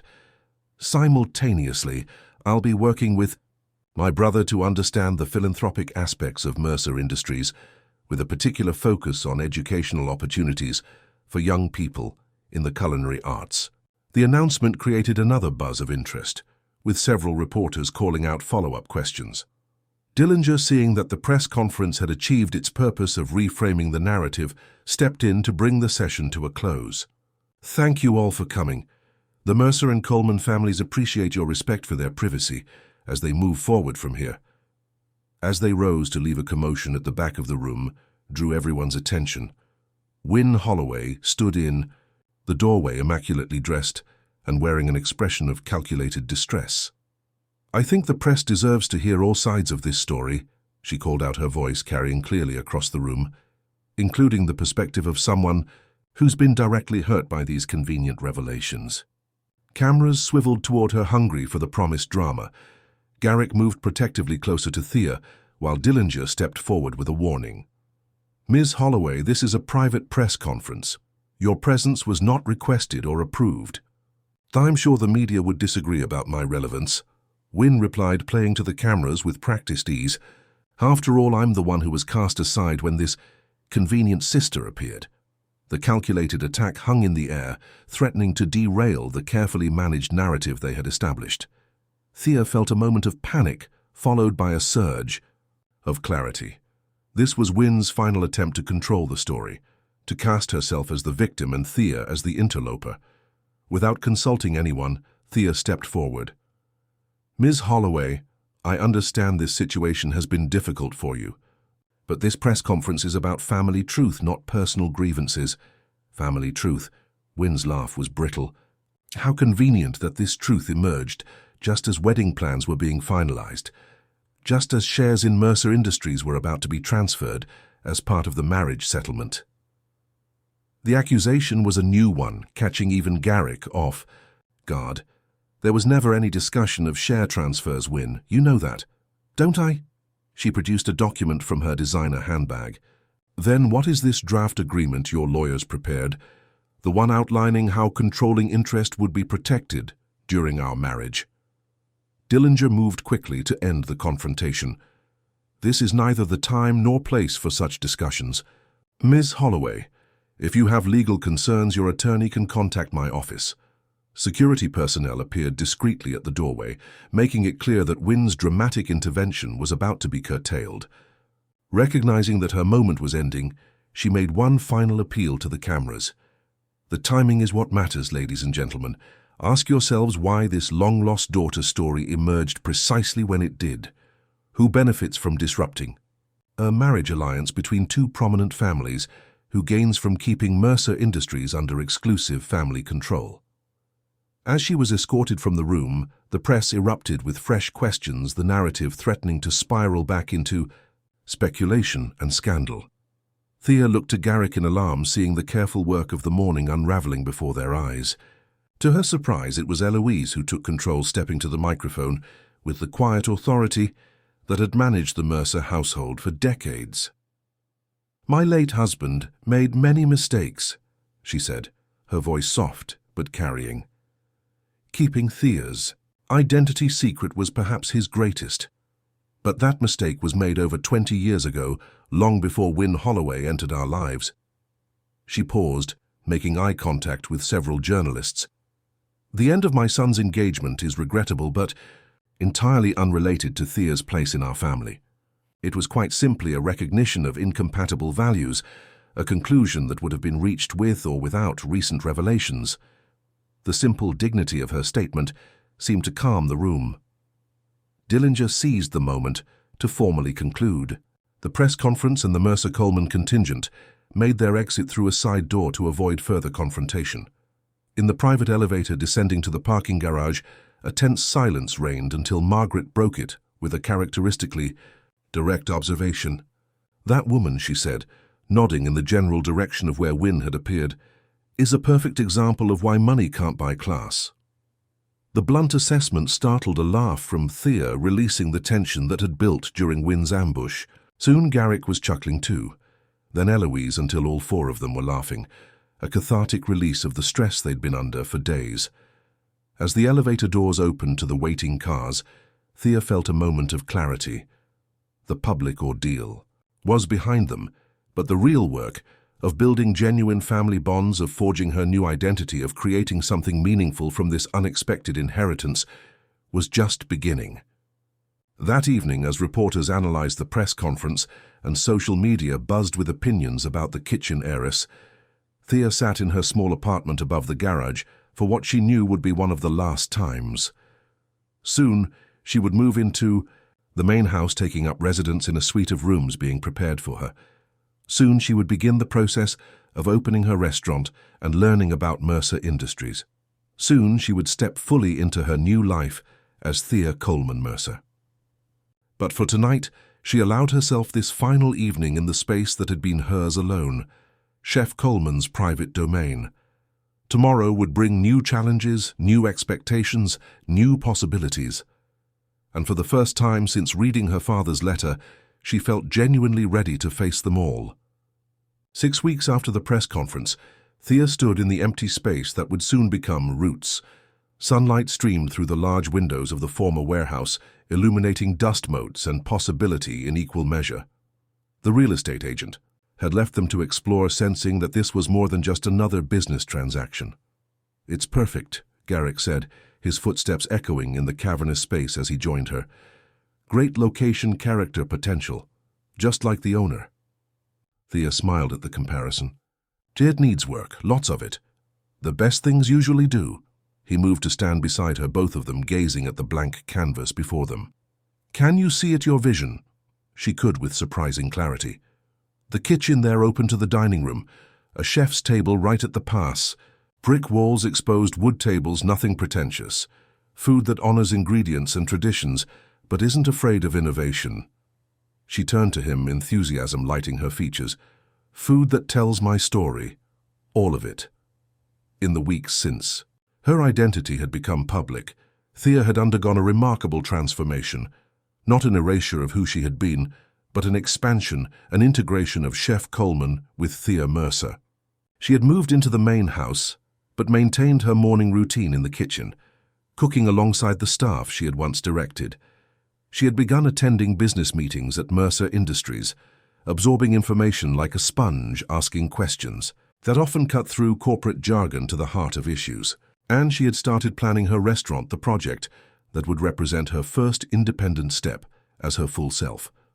"The contractors can start next week," Garrick confirmed, consulting his phone. "Dillinger has the lease paperwork ready to sign. We're on track for a spring opening, assuming no major structural surprises." Thea noted with a raised eyebrow. "I don't recall offering you a partnership." He grinned, unabashed.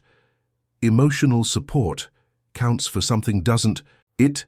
Besides, someone has to be the official taste tester during development." Their easy banter was interrupted by the arrival of Paulo Tea's former sous chef, and now her partner in the new venture. He surveyed the space with professional assessment, mentally calculating kitchen layouts and flow patterns. "It has good bones," he concluded finally. "We can work with this." "That's what I said," Thea agreed, though with slightly more enthusiasm. Paulo's response was a characteristic shrug, but the glint in his eye betrayed his excitement. After Thea's identity had been revealed, he had been one of the first to approach her, refusing lucrative offers from tabloids, and instead pledging his loyalty to her new endeavor. "The equipment list is finalized," he reported all business. "I've sourced most of it through my cousin's restaurant supply company. We can get a good deal if we order everything at once." As they discussed kitchen specifications and design elements, Thea felt a surge of gratitude for the unexpected gifts this tumultuous period had brought her, not just material resources, but people like Paulo who had chosen to stand with her, and the opportunity to create something truly her own. Later, as they left the building, Thea noticed a sleek car parked across the street, its driver watching them with unconcealed interest. Wynne Holloway sat behind the wheel, her expression unreadable behind large sunglasses. "Ignore her," Garrick muttered, having spotted her too. "She's been reduced to stalking since her attempts at character assassination failed." In the aftermath of the press conference, Wynne had tried several approaches to undermine the Mercer family. First, leaked emails suggesting financial impropriety, quickly disproven by Dillinger's meticulous records. Then interviews painting herself as the wronged fiancée abandoned for a newfound heiress, undermined by her own transparent bitterness. Eventually, even the most scandal-hungry outlets had tired of her increasingly desperate attempts to remain relevant. "Let her watch," Thea said with unexpected serenity. "What matters is what we're building, not what she's trying to destroy." The perspective was new, a blend of Chef Coleman's pragmatism and the confident poise Thea was developing as she embraced her Mercer heritage. Garrick looked at her with undisguised pride. "Spoken like a true Mercer," he said as they climbed into his car. "Dad would have loved to see you like this." The mention of their father no longer sent a jolt of shock through Thea. Over the past weeks, she had been collecting stories about him, from Eloise, from longtime employees, from business associates, piecing together the complex man who had shaped her existence in ways she was only beginning to understand. "I've been thinking about something Grandmother said," Thea remarked as they drove back toward the estate, "about how Mercers tend to overcompensate for their mistakes." Garrick chuckled. "That sounds like Margaret, brutally accurate as always. She was talking about how Father set up my education fund, got me introductions to top restaurants, essentially orchestrated my entire career, all without ever acknowledging who I really was to him." Thea gazed out the window at the passing city. "I think I'm starting to understand why. He was trying to give me everything except the one thing that mattered most." "Recognition," Garrick supplied. "Belonging." "Exactly." She turned to face him. "I don't want to repeat that pattern. That's why Roots matters so much to me. It's not just a restaurant. It's a declaration that I'm done with hiding, with compartmentalizing who I am." They pulled through the gates of the Mercer estate, now thankfully free of the photographers who had camped there in the weeks after the scandal broke. As they approached the main house, Eloise emerged onto the front steps, waving a folder with obvious excitement. "The proposal came through," she called as they exited the car. "The board unanimously approved the Mercer Culinary Arts Scholarship Fund." It was the project Thea had presented at her first Mercer Industries Board meeting, a foundation to provide culinary education to talented young people from disadvantaged backgrounds. Using a portion of her inheritance, the fund would offer not just financial support, but mentorship and eventual placement opportunities. "That's wonderful," Thea said, genuine joy suffusing her features. "When can we start accepting applications?" "That's the best part," Eloise replied, linking her arm through Thea's as they entered the house. "We can announce it at the grand opening of Roots. The publicity department thinks the synergy would be perfect. Your own journey from aspiring chef to restaurateur is the backdrop for launching a program that will help others follow a similar path." As they moved to the garden room where afternoon tea had become a ritual for the three of them, Thea reflected on how naturally the Mercer business instincts had manifested in her approach to the restaurant. She had instinctively understood the value of her unique story as a marketing element, the importance of creating a concept that was authentic yet commercially viable, the strategic advantage of linking the restaurant to philanthropic efforts. "I was thinking," Garrick said as he poured tea, "that we might invite some of the original staff from the bistro where Dad first met you. A nice touch for the opening, connecting past and present." "That's a lovely idea," Eloise agreed. "And perhaps some of Claire's old friends Margaret might know who's still in touch." They continued brainstorming the ideas, flowing freely among them. Watching Eloise and Garrick, her stepmother and half-brother terms that still occasionally struck her as surreal, Thea felt a profound sense of belonging that transcended the legal documents and public announcements. This was her family now, not just by blood or decree, but by choice and growing affection. The realization filled her with a quiet joy that balanced the lingering grief for all the years lost, all the relationships that could have been. Later that evening, as she walked through the gardens, where she had once met Garrick in secret as his chef, Thea's phone rang with an unfamiliar number. "Miss Coleman Mercer?" an unfamiliar voice inquired when she answered. "This is James Westbrook from the Chronicle. I was hoping to discuss a feature article we're planning about your restaurant opening and the scholarship program." Thea hesitated, still wary of press attention after the initial feeding frenzy. "What kind of feature?" "A serious piece on culinary, entrepreneurship and philanthropy," he explained. "No sensationalism, no scandal-mongering, just a thoughtful examination of how you're using your unique position to create opportunities for others." The approach was refreshingly different from the tabloid interest she'd endured. "I'd need to consult with our PR team, but I'm cautiously interested." "Excellent, and there's something else." Westbrook's tone shifted slightly. "I knew your mother." The simple statement stopped Thea in her tracks. "You knew Claire?" "We were at university together," he continued. "I have some photographs, some letters she wrote.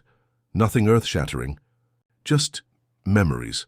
I thought you might like to see them sometime." Emotion welled in Thea's throat. Despite Margaret's story's tangible connections to the mother she had lost at 12 were rare and precious. "I would like that very much," she managed, voice barely steady. "I'll bring them when we meet for the interview if that's appropriate," he offered. "They're yours to keep regardless of whether you decide to proceed with the article." After arranging tentative details, Thea ended the call and stood motionless in the garden, awash in the realization that her new identity was still unfolding, still revealing unexpected dimensions and connections. She had spent weeks focusing on what it meant to be a Mercer, to claim that part of her heritage. But she was equally Claire Coleman's daughter, shaped by a mother's love during those crucial early years. As the garden lights automatically illuminated with the fading daylight, Thea made a decision. The restaurant would feature a single photograph of her mother in a place of honor near the entrance, a quiet acknowledgement that roots celebrated both sides of her heritage. Satisfied with the resolution, she turned back toward the house, where lights glowed welcomingly from windows that no longer represented a boundary between upstairs and downstairs, between family and staff, between who she was and who she might become. What she didn't see was the figure watching from the shadows near the estate wall. Wynne Holloway, her face contorted with resentment as she observed the peaceful scene. In her hand, she clutched a manila envelope containing information that she believed might still disrupt the newfound harmony of the Mercer household, information about Claire Coleman that not even Margaret knew. Information that would test the fragile bonds of Thea's new family in ways none of them had anticipated. The soft spring rain seemed appropriate for the occasion, a gentle cleansing that matched the mood of renewal pervading the Mercer estate. In the main dining room, transformed for the evening with fresh flowers and candlelight, the family gathered for what Eloise had dubbed a pre-opening celebration, an intimate dinner before the public launch of Roots the following week. Thea surveyed the table with satisfaction. Her grandmother Margaret, now a regular presence at family gatherings, sat engaged in surprisingly animated conversation with Lawrence Dillinger. Eloise presided at the head of the table, elegant as always, but more relaxed than Thea had ever seen her during the years of service. Paolo and several other staff members who had joined the Roots venture were included as honored guests rather than servers, and Garrick, who had thrown himself into the restaurant project with unexpected enthusiasm, was regaling everyone with tales of construction mishaps and design compromises. Only James Westbrook, the journalist who had known her mother, seemed slightly out of place among the established connections. Yet he had earned his invitation through the respectful approach to his article about Thea and the scholarship program, and more significantly, through the precious gift of photographs and letters from Claire Coleman's university days. "I'd like to propose a toast," Garrick announced, rising with glass in hand. "To new beginnings, to Roots, and most importantly to Thea, who has shown us all what it means to embrace truth and move forward with grace." "To Thea," the table echoed, glasses raised. Embarrassed but pleased by the attention, Thea rose as, "Well, thank you all. I wouldn't be here without each of you."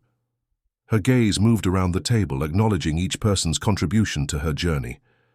To family, both blood and chosen.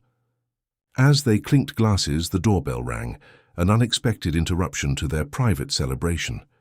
Moments later, the housekeeper appeared with an apologetic expression. "I'm sorry to disturb you, Mrs. Mercer, but there's a messenger with a delivery marked urgent for Ms. Coleman Mercer." She held out a large manila envelope. He insisted it was time-sensitive.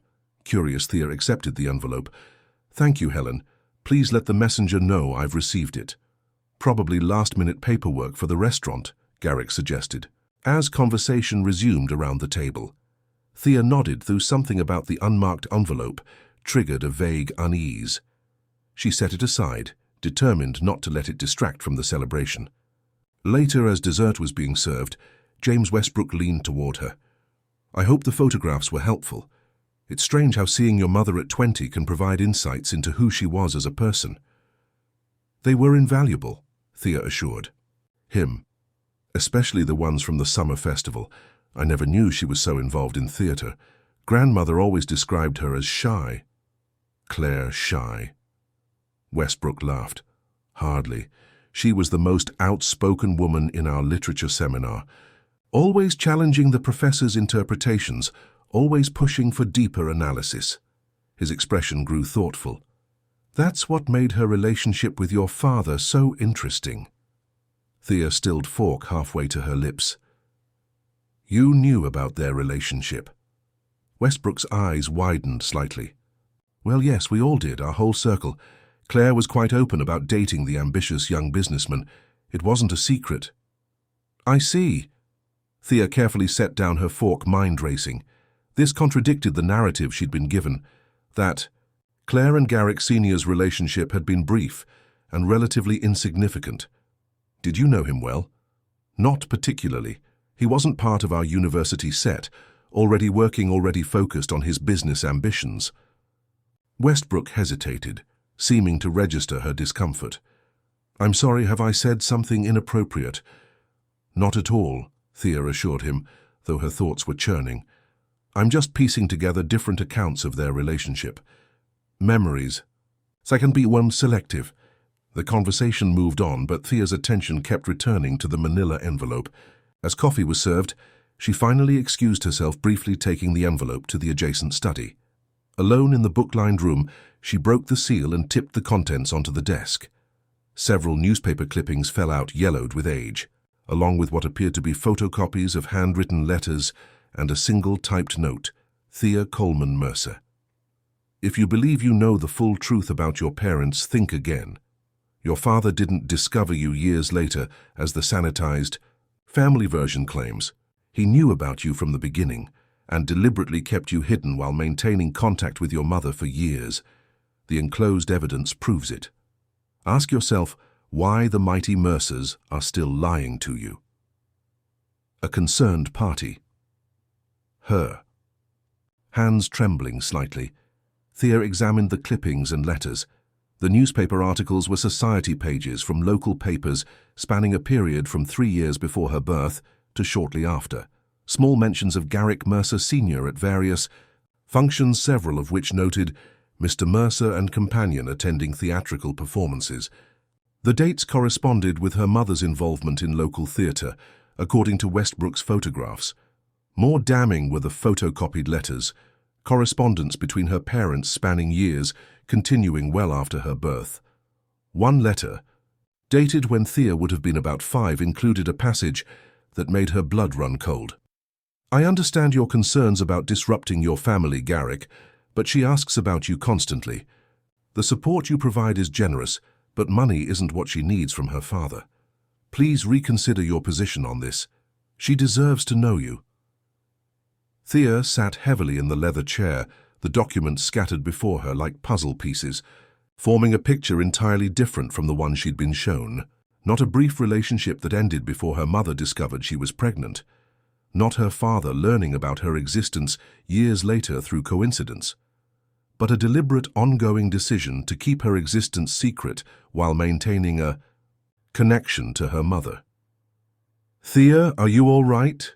Garrick's voice from the doorway startled her.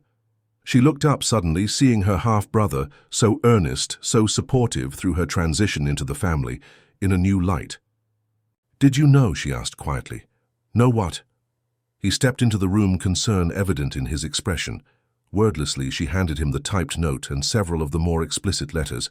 She watched his face carefully as he read, looking for signs of foreknowledge of complicity in whatever deception was still being maintained.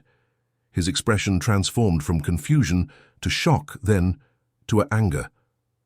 "This is—" he began, then faltered. "I had no idea. Thea, I swear to you, but someone did," she said, her voice steadier than she felt. "Eloise, perhaps, or Dillinger. Someone has been feeding me a carefully edited version of the past. Garrick sat in the chair opposite her documents still in hand. This can't be real. Dad wouldn't... He stopped himself, reconsidering. Actually, this is exactly the kind of complex manipulation he was capable of, controlling narratives, compartmentalizing his life. The question is, who else was part of it? Thea gathered the papers, a terrible clarity settling over her. I need to speak with Eloise. Now in the middle of dinner? Yes, now. She rose with determination. I'm tired of partial truths and convenient revelations. I want the whole story, whatever it is. When they returned to the dining room, the conversation faltered at their expressions. Eloise, ever attuned to subtle shifts in atmosphere, immediately sensed something was wrong. What is it? She asked, setting down her coffee cup. Thea placed the documents on the table. I'd like to know if you were aware that my father maintained contact with my mother throughout my childhood, that he knew about me from the beginning and chose to keep me a secret. A hush fell over the table. Margaret straightened in her chair, attention razor-sharp despite her age. Westbrook looked uncomfortable at being present for what was clearly becoming a family confrontation. Paolo and the staff exchanged glances, clearly considering whether they should discreetly exit. Eloise's face drained of color as she glanced at the papers. To where did you get these?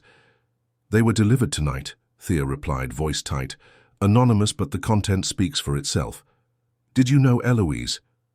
The older woman's hands trembled slightly as she reached for the nearest letter. May I, Thea? Nodded, watching intently as Eloise examined several documents. The silence stretched taut with anticipation.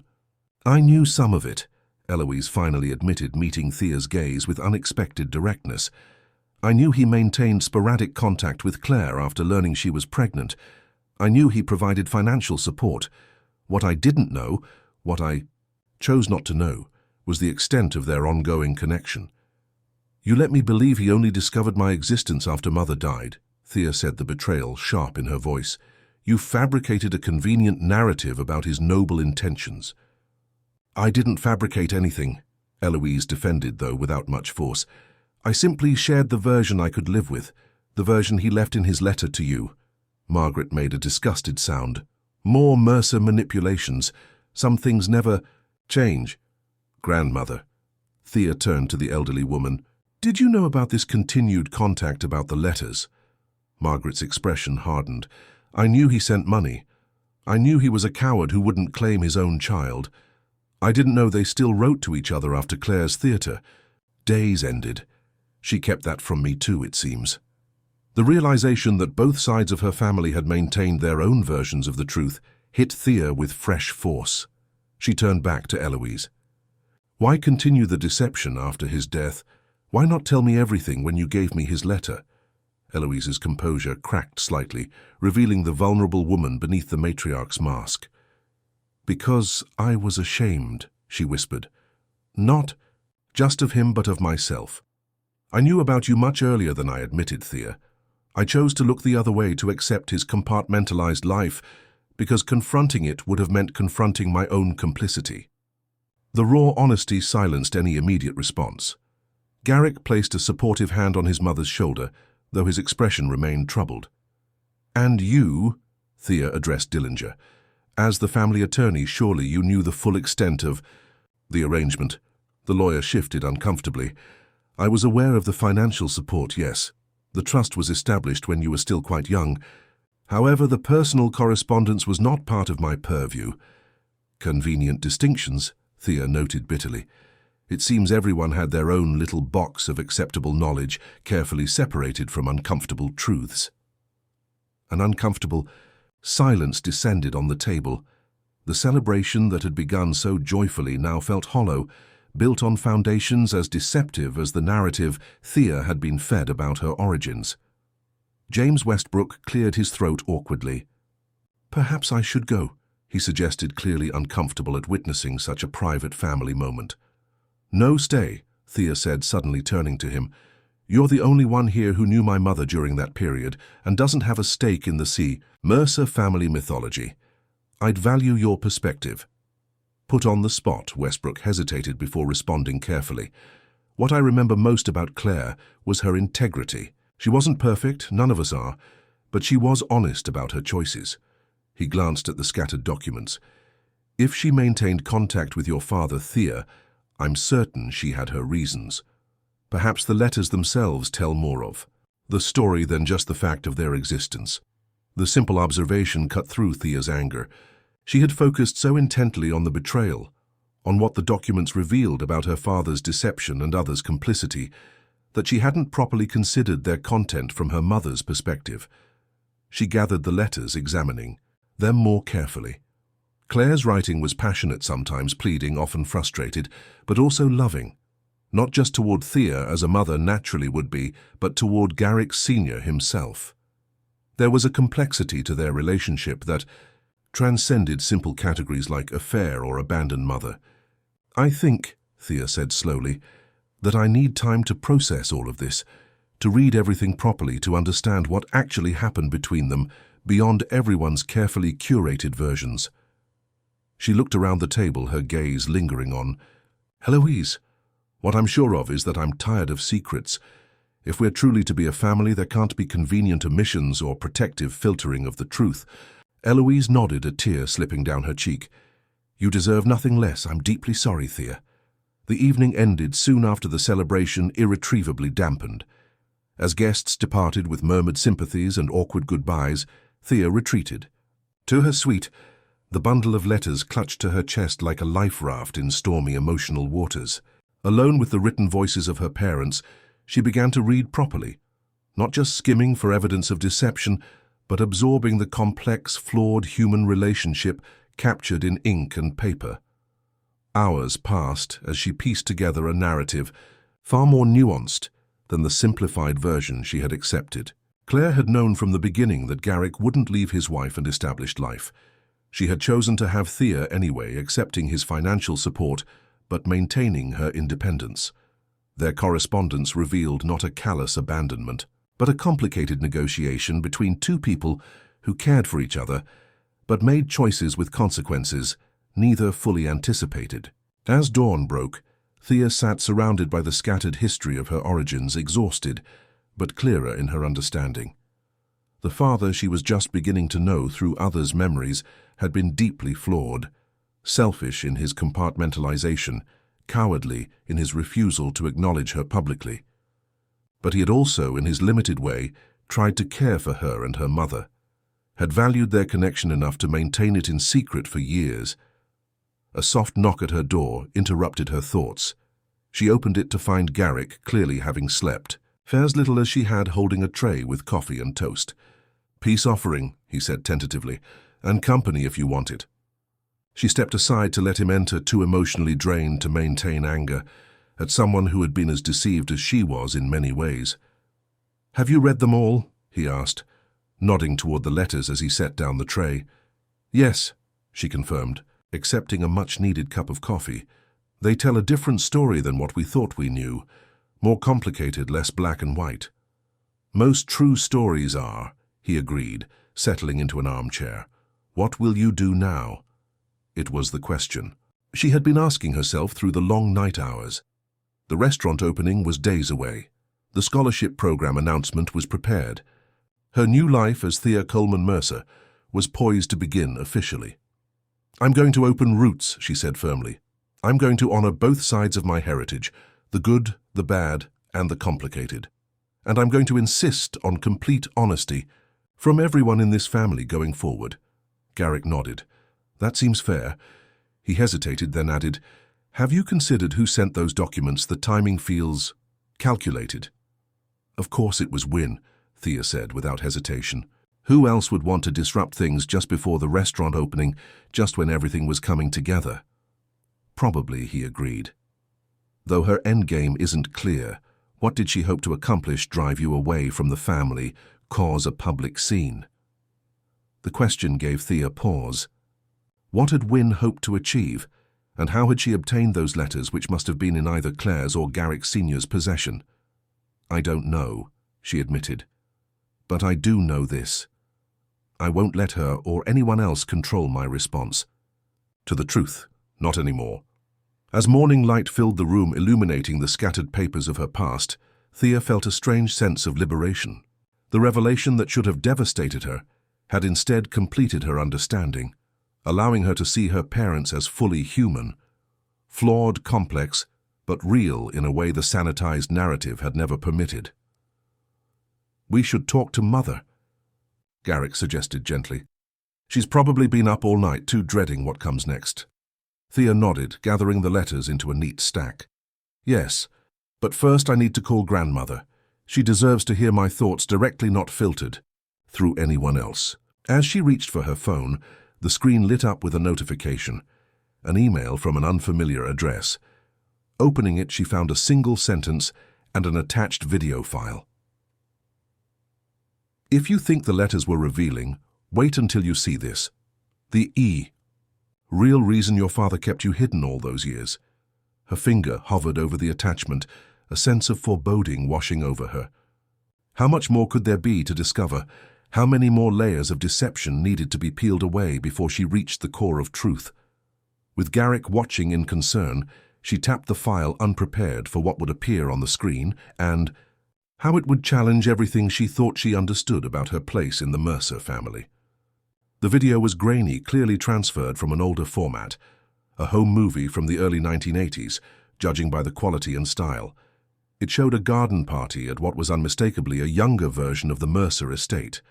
Men in casual but expensive attire conversed in groups, while women in summer dresses circulated with practiced social grace.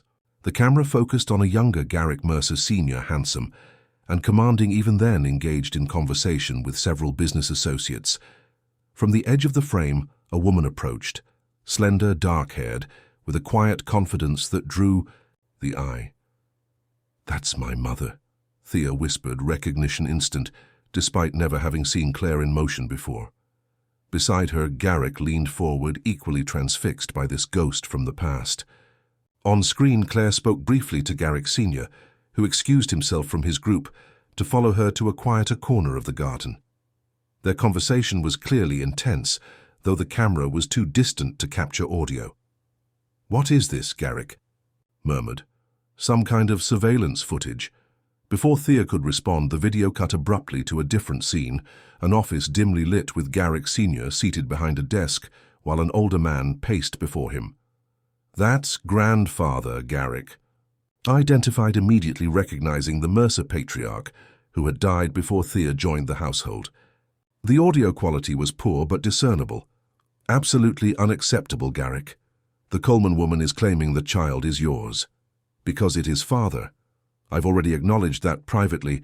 Nothing about this will be acknowledged publicly. Do you understand what this would do to our position?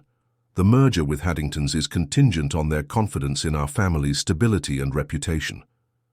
Claire isn't asking for marriage or public recognition. She's being remarkably reasonable about the whole—" "Reasonable?" The elder Mercer slammed his hand on the desk. "There is nothing reasonable about a cocktail waitress having a claim on this family's future. You will handle this discreetly, or I will handle it my way." The threat in his tone was unmistakable.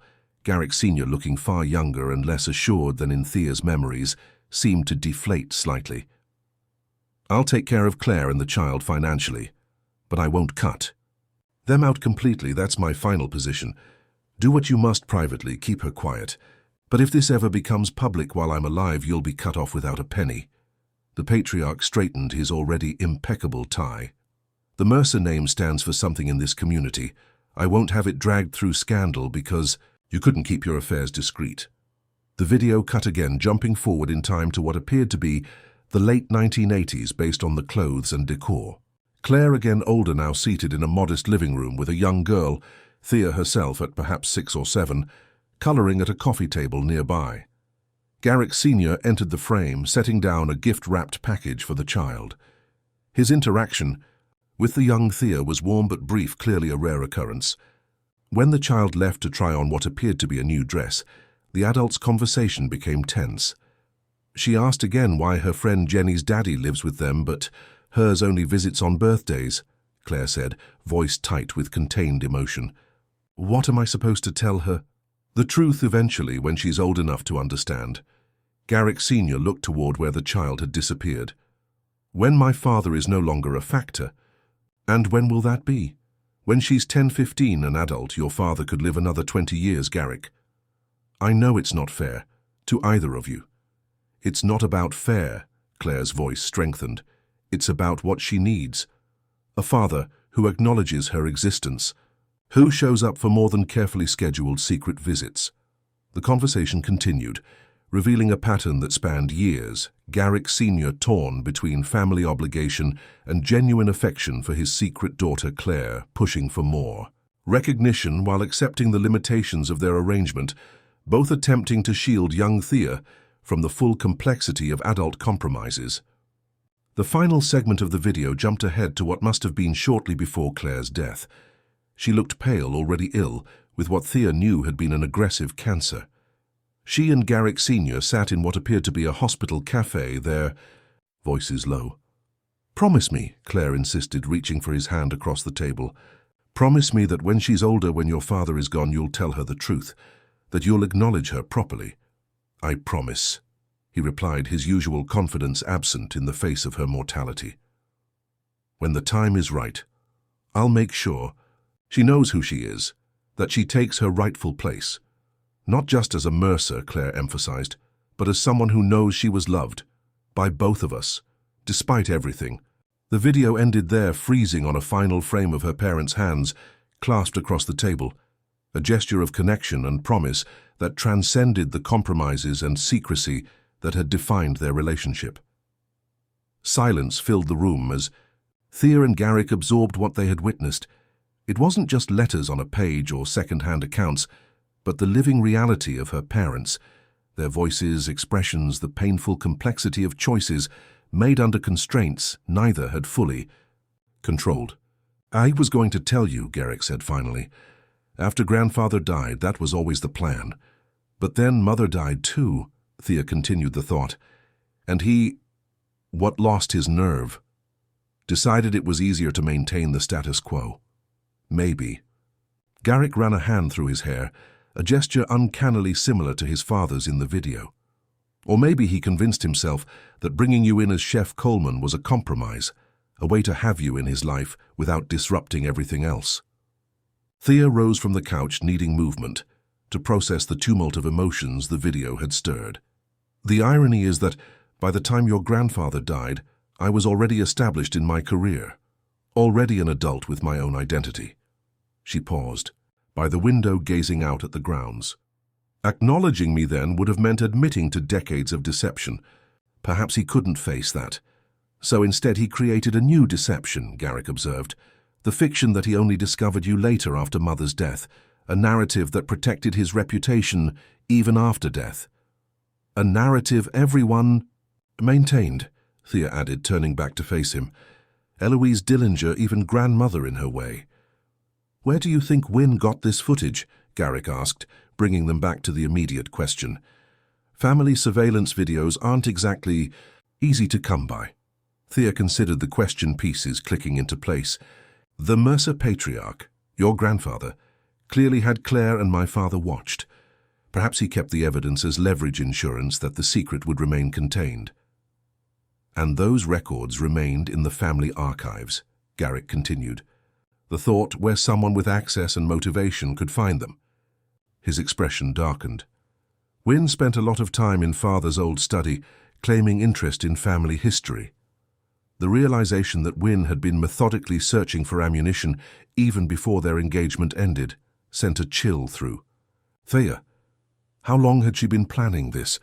How many other secrets lurked in the Mercer archives waiting to be weaponized?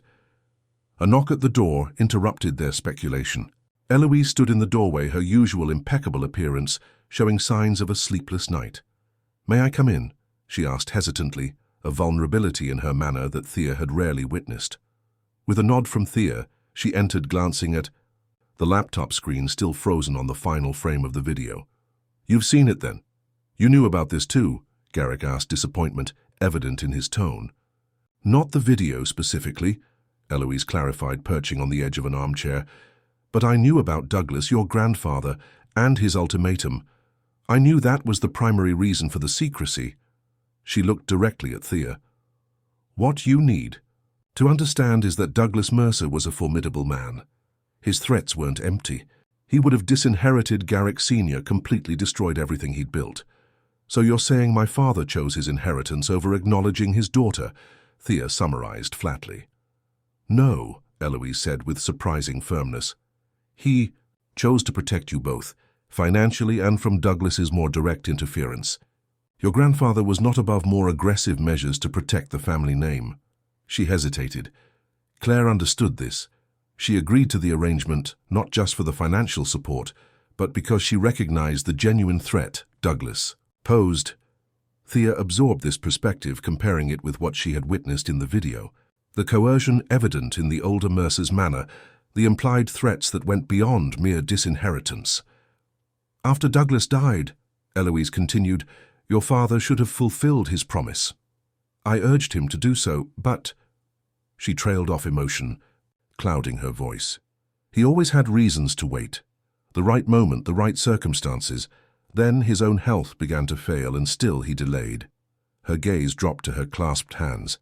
"His letter to you was written in his final weeks when he knew he was running out of time.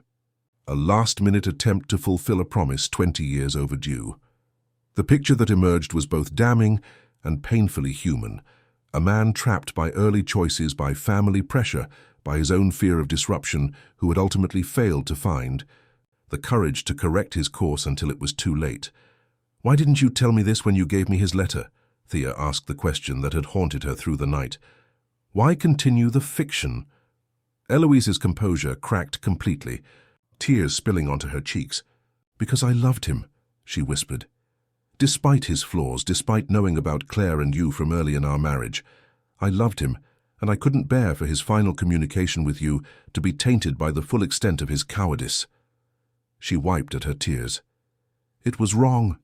I see that now. In trying to protect his memory, I denied you the complete truth you deserved." The raw honesty of the admission disarmed Thea's anger. The woman before her wasn't the poised matriarch or the complicit wife, but simply another person caught in the web of Mercer family dynamics, another imperfect human doing her best with impossible choices. "So what now?" Garrick asked, breaking the heavy silence. "Wynne clearly expects this revelation to tear us apart, to make Thea reject us, reject her place in the family. Is that what you want?" Eloise asked Thea directly. "After everything, I would understand if you wanted distance." Thea moved to the window again, gathering her thoughts as she gazed out at the estate. A property that represented both the privilege that had kept her at arm's length and the inheritance that was now legally hers. The contradiction seemed fitting for a situation with no simple resolution. "What I want," she said, finally turning to face them, "is honesty. No more sanitized versions of the past, no more protective filtering of difficult truths." Her gaze moved between Eloise and Garrick. "If we're to be a family, a real family, it has to be built on something more substantial than shared DNA and legal documents. It has to be built on trust." "Agreed," Garrick said immediately. "Complete transparency from now on." Eloise nodded, a mixture of relief and trepidation in her expression. "And roots. The opening is just days away if you need time." "The restaurant opens as planned," Thea said with newfound certainty, "but with one change. The story we tell about its origins will be the complete truth, not just about my discovery of my Mercer heritage, but about the complex, flawed human decisions that kept it hidden for so long." She moved to the scattered letters, gathering them alongside her laptop with the paused video. "These aren't just family secrets anymore. They're my history, all of it, the good, the bad, the complicated. And I'm done with hiding any part of who I am." The door opened again, this time revealing Margaret, who had clearly been informed of the night's revelations. She entered with the aid of her cane, her expression a mixture of defiance and concern. "Well," she demanded without preamble, "has the Mercer manipulation machine convinced you to forgive and forget again?" "Grandmother," Thea acknowledged a new steadiness in her voice. "No one is asking for forgiveness without accountability. We're working through this together as a family." "A family," Margaret repeated, skepticism evident. The same family that kept you serving dinner to your own relatives for 20 years. Yes, Thea confirmed. The same family that made terrible mistakes out of fear, out of misguided protection, out of simple human frailty. She crossed to take her grandmother's free hand. Just as you did when you kept my father's identity from me all those years even, after discovering I was working in his home. Margaret stiffened slightly, unaccustomed to direct confrontation from her typically acquiescent granddaughter. I was protecting you from people who didn't want you. Were you? Thea challenged, gently. Or were you keeping me connected to one side of my heritage while denying me the other? Making choices about my life based on your own pain and resentment, just as the Mercers did from their side. The elderly woman's defiance wavered. Perhaps, she conceded reluctantly, we all thought we knew what was best for you. Except none of you asked me what I wanted, Thea pointed out. Not when I was a child, not when I was hired here, not even when the truth finally started emerging. She looked around at the three people who represented the complicated tapestry of her origins. That ends now. My life, my choices, my truth, all of it belongs to me. Something shifted in the room's atmosphere. A rebalancing of power, a recognition of Thea's emergence not just as a Mercer or a Coleman, but as herself shaped by both legacies, yet beholden to neither. So what happens next? Garrick asked, his tone suggesting he already suspected the answer. Thea smiled, a genuine expression that reached her eyes for the first time since the envelope had arrived. Next, we open Roots. We launch the scholarship program. We move forward together with all our complicated history acknowledged but not defining us. She glanced at her watch. But first I have a restaurant kitchen to organize. The past will always be there. It's the future that needs our attention now. As she gathered her things, preparing to head to the nearly completed restaurant space, Eloise rose to meet her. Thea, she began, then simply opened her arms in a silent offer. After a moment's hesitation, Thea stepped into the embrace, not a gesture of easy forgiveness, but an acknowledgement of the complex bond that now connected them, forged through pain and truth rather than convenient fiction. She won't stop, you know, Garrick warned as Thea prepared to leave. Win, this was meant to destroy us, and when she sees it hasn't worked, let her come, Thea replied with quiet confidence. I'm done being afraid of the truth, whatever form it takes. Whatever she throws at us next, we'll face it honestly, together. 1 week later, as golden evening light bathed the converted warehouse space, Thea stood in the doorway of Roots, watching the final preparations for the grand opening. The restaurant was everything she had envisioned, warm, unpretentious, yet undeniably special. Brick walls displayed photographs that told her story. Claire and Margaret in earlier days, Garrick Sr., in a rare, candid moment, Thea herself at various stages of her culinary journey. No secrets, no sanitized narrative, just the authentic complexity of a life shaped by both absence and presence, by mistakes and love. In the kitchen, Paolo directed the staff with the calm efficiency he had learned from Thea over years of working together. At the host stand, Garrick arranged the final details for the scholarship program announcement. Near the bar, Eloise and Margaret sat in unlikely companionship, two matriarchs from opposite worlds finding common ground in their shared concern for Thea's happiness. As the first guests began to arrive, a carefully curated mix of food critics, business associates, and personal connections from all parts of Thea's life, she felt a profound sense of rightness settle over her. This space, this moment, represented not just her professional achievement, but her personal integration. Chef Coleman and Thea Mercer finally united as one complete person. James Westbrook approached Notepad discreetly tucked in his jacket pocket. The place looks magnificent, he observed. Claire would have been proud. I think so, Thea agreed, though she might have had some strong opinions about the menu. They shared a smile, the connection to her mother stronger now, through Westbrook's stories, and the video's glimpses of Claire in life. He had become an unexpected ally, offering perspectives on her mother, untainted by the Mercer-Coleman tensions. Will you be mentioning Win in your article? She asked, curious rather than concerned. Her role in revealing the family secrets, only in passing, he assured her. This story isn't about scandal. It's about reconciliation, about creating something meaningful from difficult truths. That's the narrative that deserves focus. As he moved away to speak with other guests, Thea caught sight of a familiar figure outside the restaurant's front windows. Wynne stood on the sidewalk watching the celebration with an expression of frustrated disbelief. Their eyes met briefly through the glass, Wynne's filled with thwarted malice, Thea's with something closer to pity. Without acknowledging the woman who had hoped to destroy her newfound family bonds, Thea turned back to her guests, to the life she had chosen to build from the complicated materials of her heritage. Hours later, as the successful opening wound, Thea found herself in the quiet of her new office at the back of the restaurant. The evening had exceeded all expectations. The food universally praised, the scholarship announcement met with enthusiastic support, the story of roots capturing public imagination beyond anything their PR team could have engineered. Garrick appeared in the doorway, jacket, discarded tie, loosened, looking happier than Thea had seen him since before the engagement ended. "Chef," he greeted her with the title now used affectionately rather than as a designation of status. "I'd die. Say that was a triumph by any standard." "It went well," she agreed, her natural modesty unchanged by her new position. He entered, settling into the chair across from her desk. "I saw Wynne lurking outside earlier. She didn't cause trouble." "No," Thea said, a smile playing at her lips. "I think she finally realized she can't hurt us with the truth anymore. Not when we've already embraced it ourselves." "A valuable lesson for all of us," he observed, "though one I wish we'd learned with less drama." They shared a comfortable silence, the sounds of the final cleanup filtering in from the main restaurant.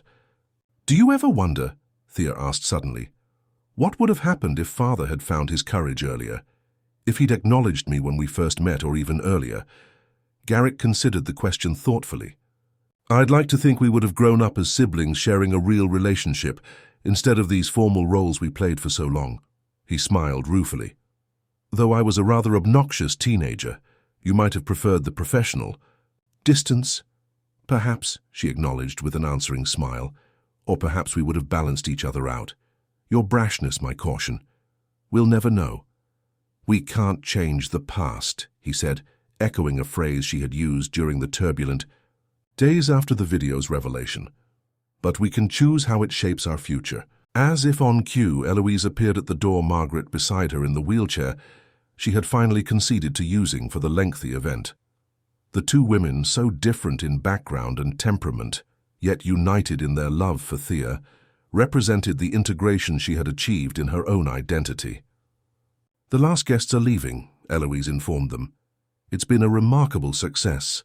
"Indeed," Margaret agreed, never one for effusive praise. "You've made something worthwhile here, Thea, something true to both sides of your heritage." The simple acknowledgement from her traditionally critical grandmother meant more than the glowing reviews from professional critics or the social media buzz already building around the restaurant. "Thank you," Thea said, rising to join them. "All of you, not just for tonight, but for being willing to move through the difficult truths with me, for choosing honesty over comfortable fiction." Together, they moved through the now quiet restaurant toward the exit. Paolo and the kitchen staff were sharing a celebratory drink at the bar, their camaraderie representing the professional family Thea had built alongside her biological one. James Westbrook was making final notes in a corner, capturing the essence of the evening for his feature article. At the door, they paused to take in the space once more, the physical manifestation of Thea's journey, from chef to heiress to restaurant owner, from Coleman to Mercer, to her own integrated identity. "You know," Garrick observed, "the name Roots turned out to be even more appropriate than we initially thought." "How so?" Thea asked, though she suspected she knew what he meant. "Roots aren't just about where you come from," he explained. "They're what nourish you, what keep you grounded while allowing you to grow in your own direction." He gestured around. "The restaurant. This place honors your past while creating something entirely new, just like you've done with your life." The observation struck Thea as profoundly true. She had not rejected either side of her heritage, nor had she allowed herself to be defined solely by either. Instead, she had drawn nourishment from both the Coleman resilience and the Mercer ambition, creating a path uniquely her own. Roots help you stand strong, Margaret added unexpectedly, her usual bluntness softened by evident pride. But they're invisible to most people. It's what grows above ground that the world sees. And you've grown into something remarkable, my dear. Eloise completed the thought, reaching for Thea's hand. As they stepped outside into the cool night air, Thea looked back at the illuminated sign above the door. Roots in simple, elegant lettering. Below it, smaller but equally prominent, the tagline she had chosen after all the revelations had settled, where truth nourishes. In that moment, standing between the two branches of her family, with her new venture before her, Thea Coleman Mercer felt the final pieces of her fractured identity click into place. Not perfect, not unmarked by the past's complications, but whole, integrated in a way that honored all the threads of her story. She was her mother's daughter and her father's child. She was Chef Coleman and Thea Mercer. She was shaped by secrets, but no longer defined by them. Most importantly, she was herself, a woman who had found the courage to embrace the complete truth of her origins and build something meaningful from that knowledge. "Let's go home," she said simply, the word home, now carrying a fullness of meaning it had never held before. As they walked together toward the waiting car, Thea realized that the journey she had begun that turbulent night at the engagement party had never really been about discovering who her father was. It had been about discovering who she was beyond the limitations others had placed upon her, beyond the compartments in which she had contained herself. In claiming all parts of her heritage, the glorious and the flawed alike, she had finally come home to herself, and that she now understood was the greatest inheritance of all.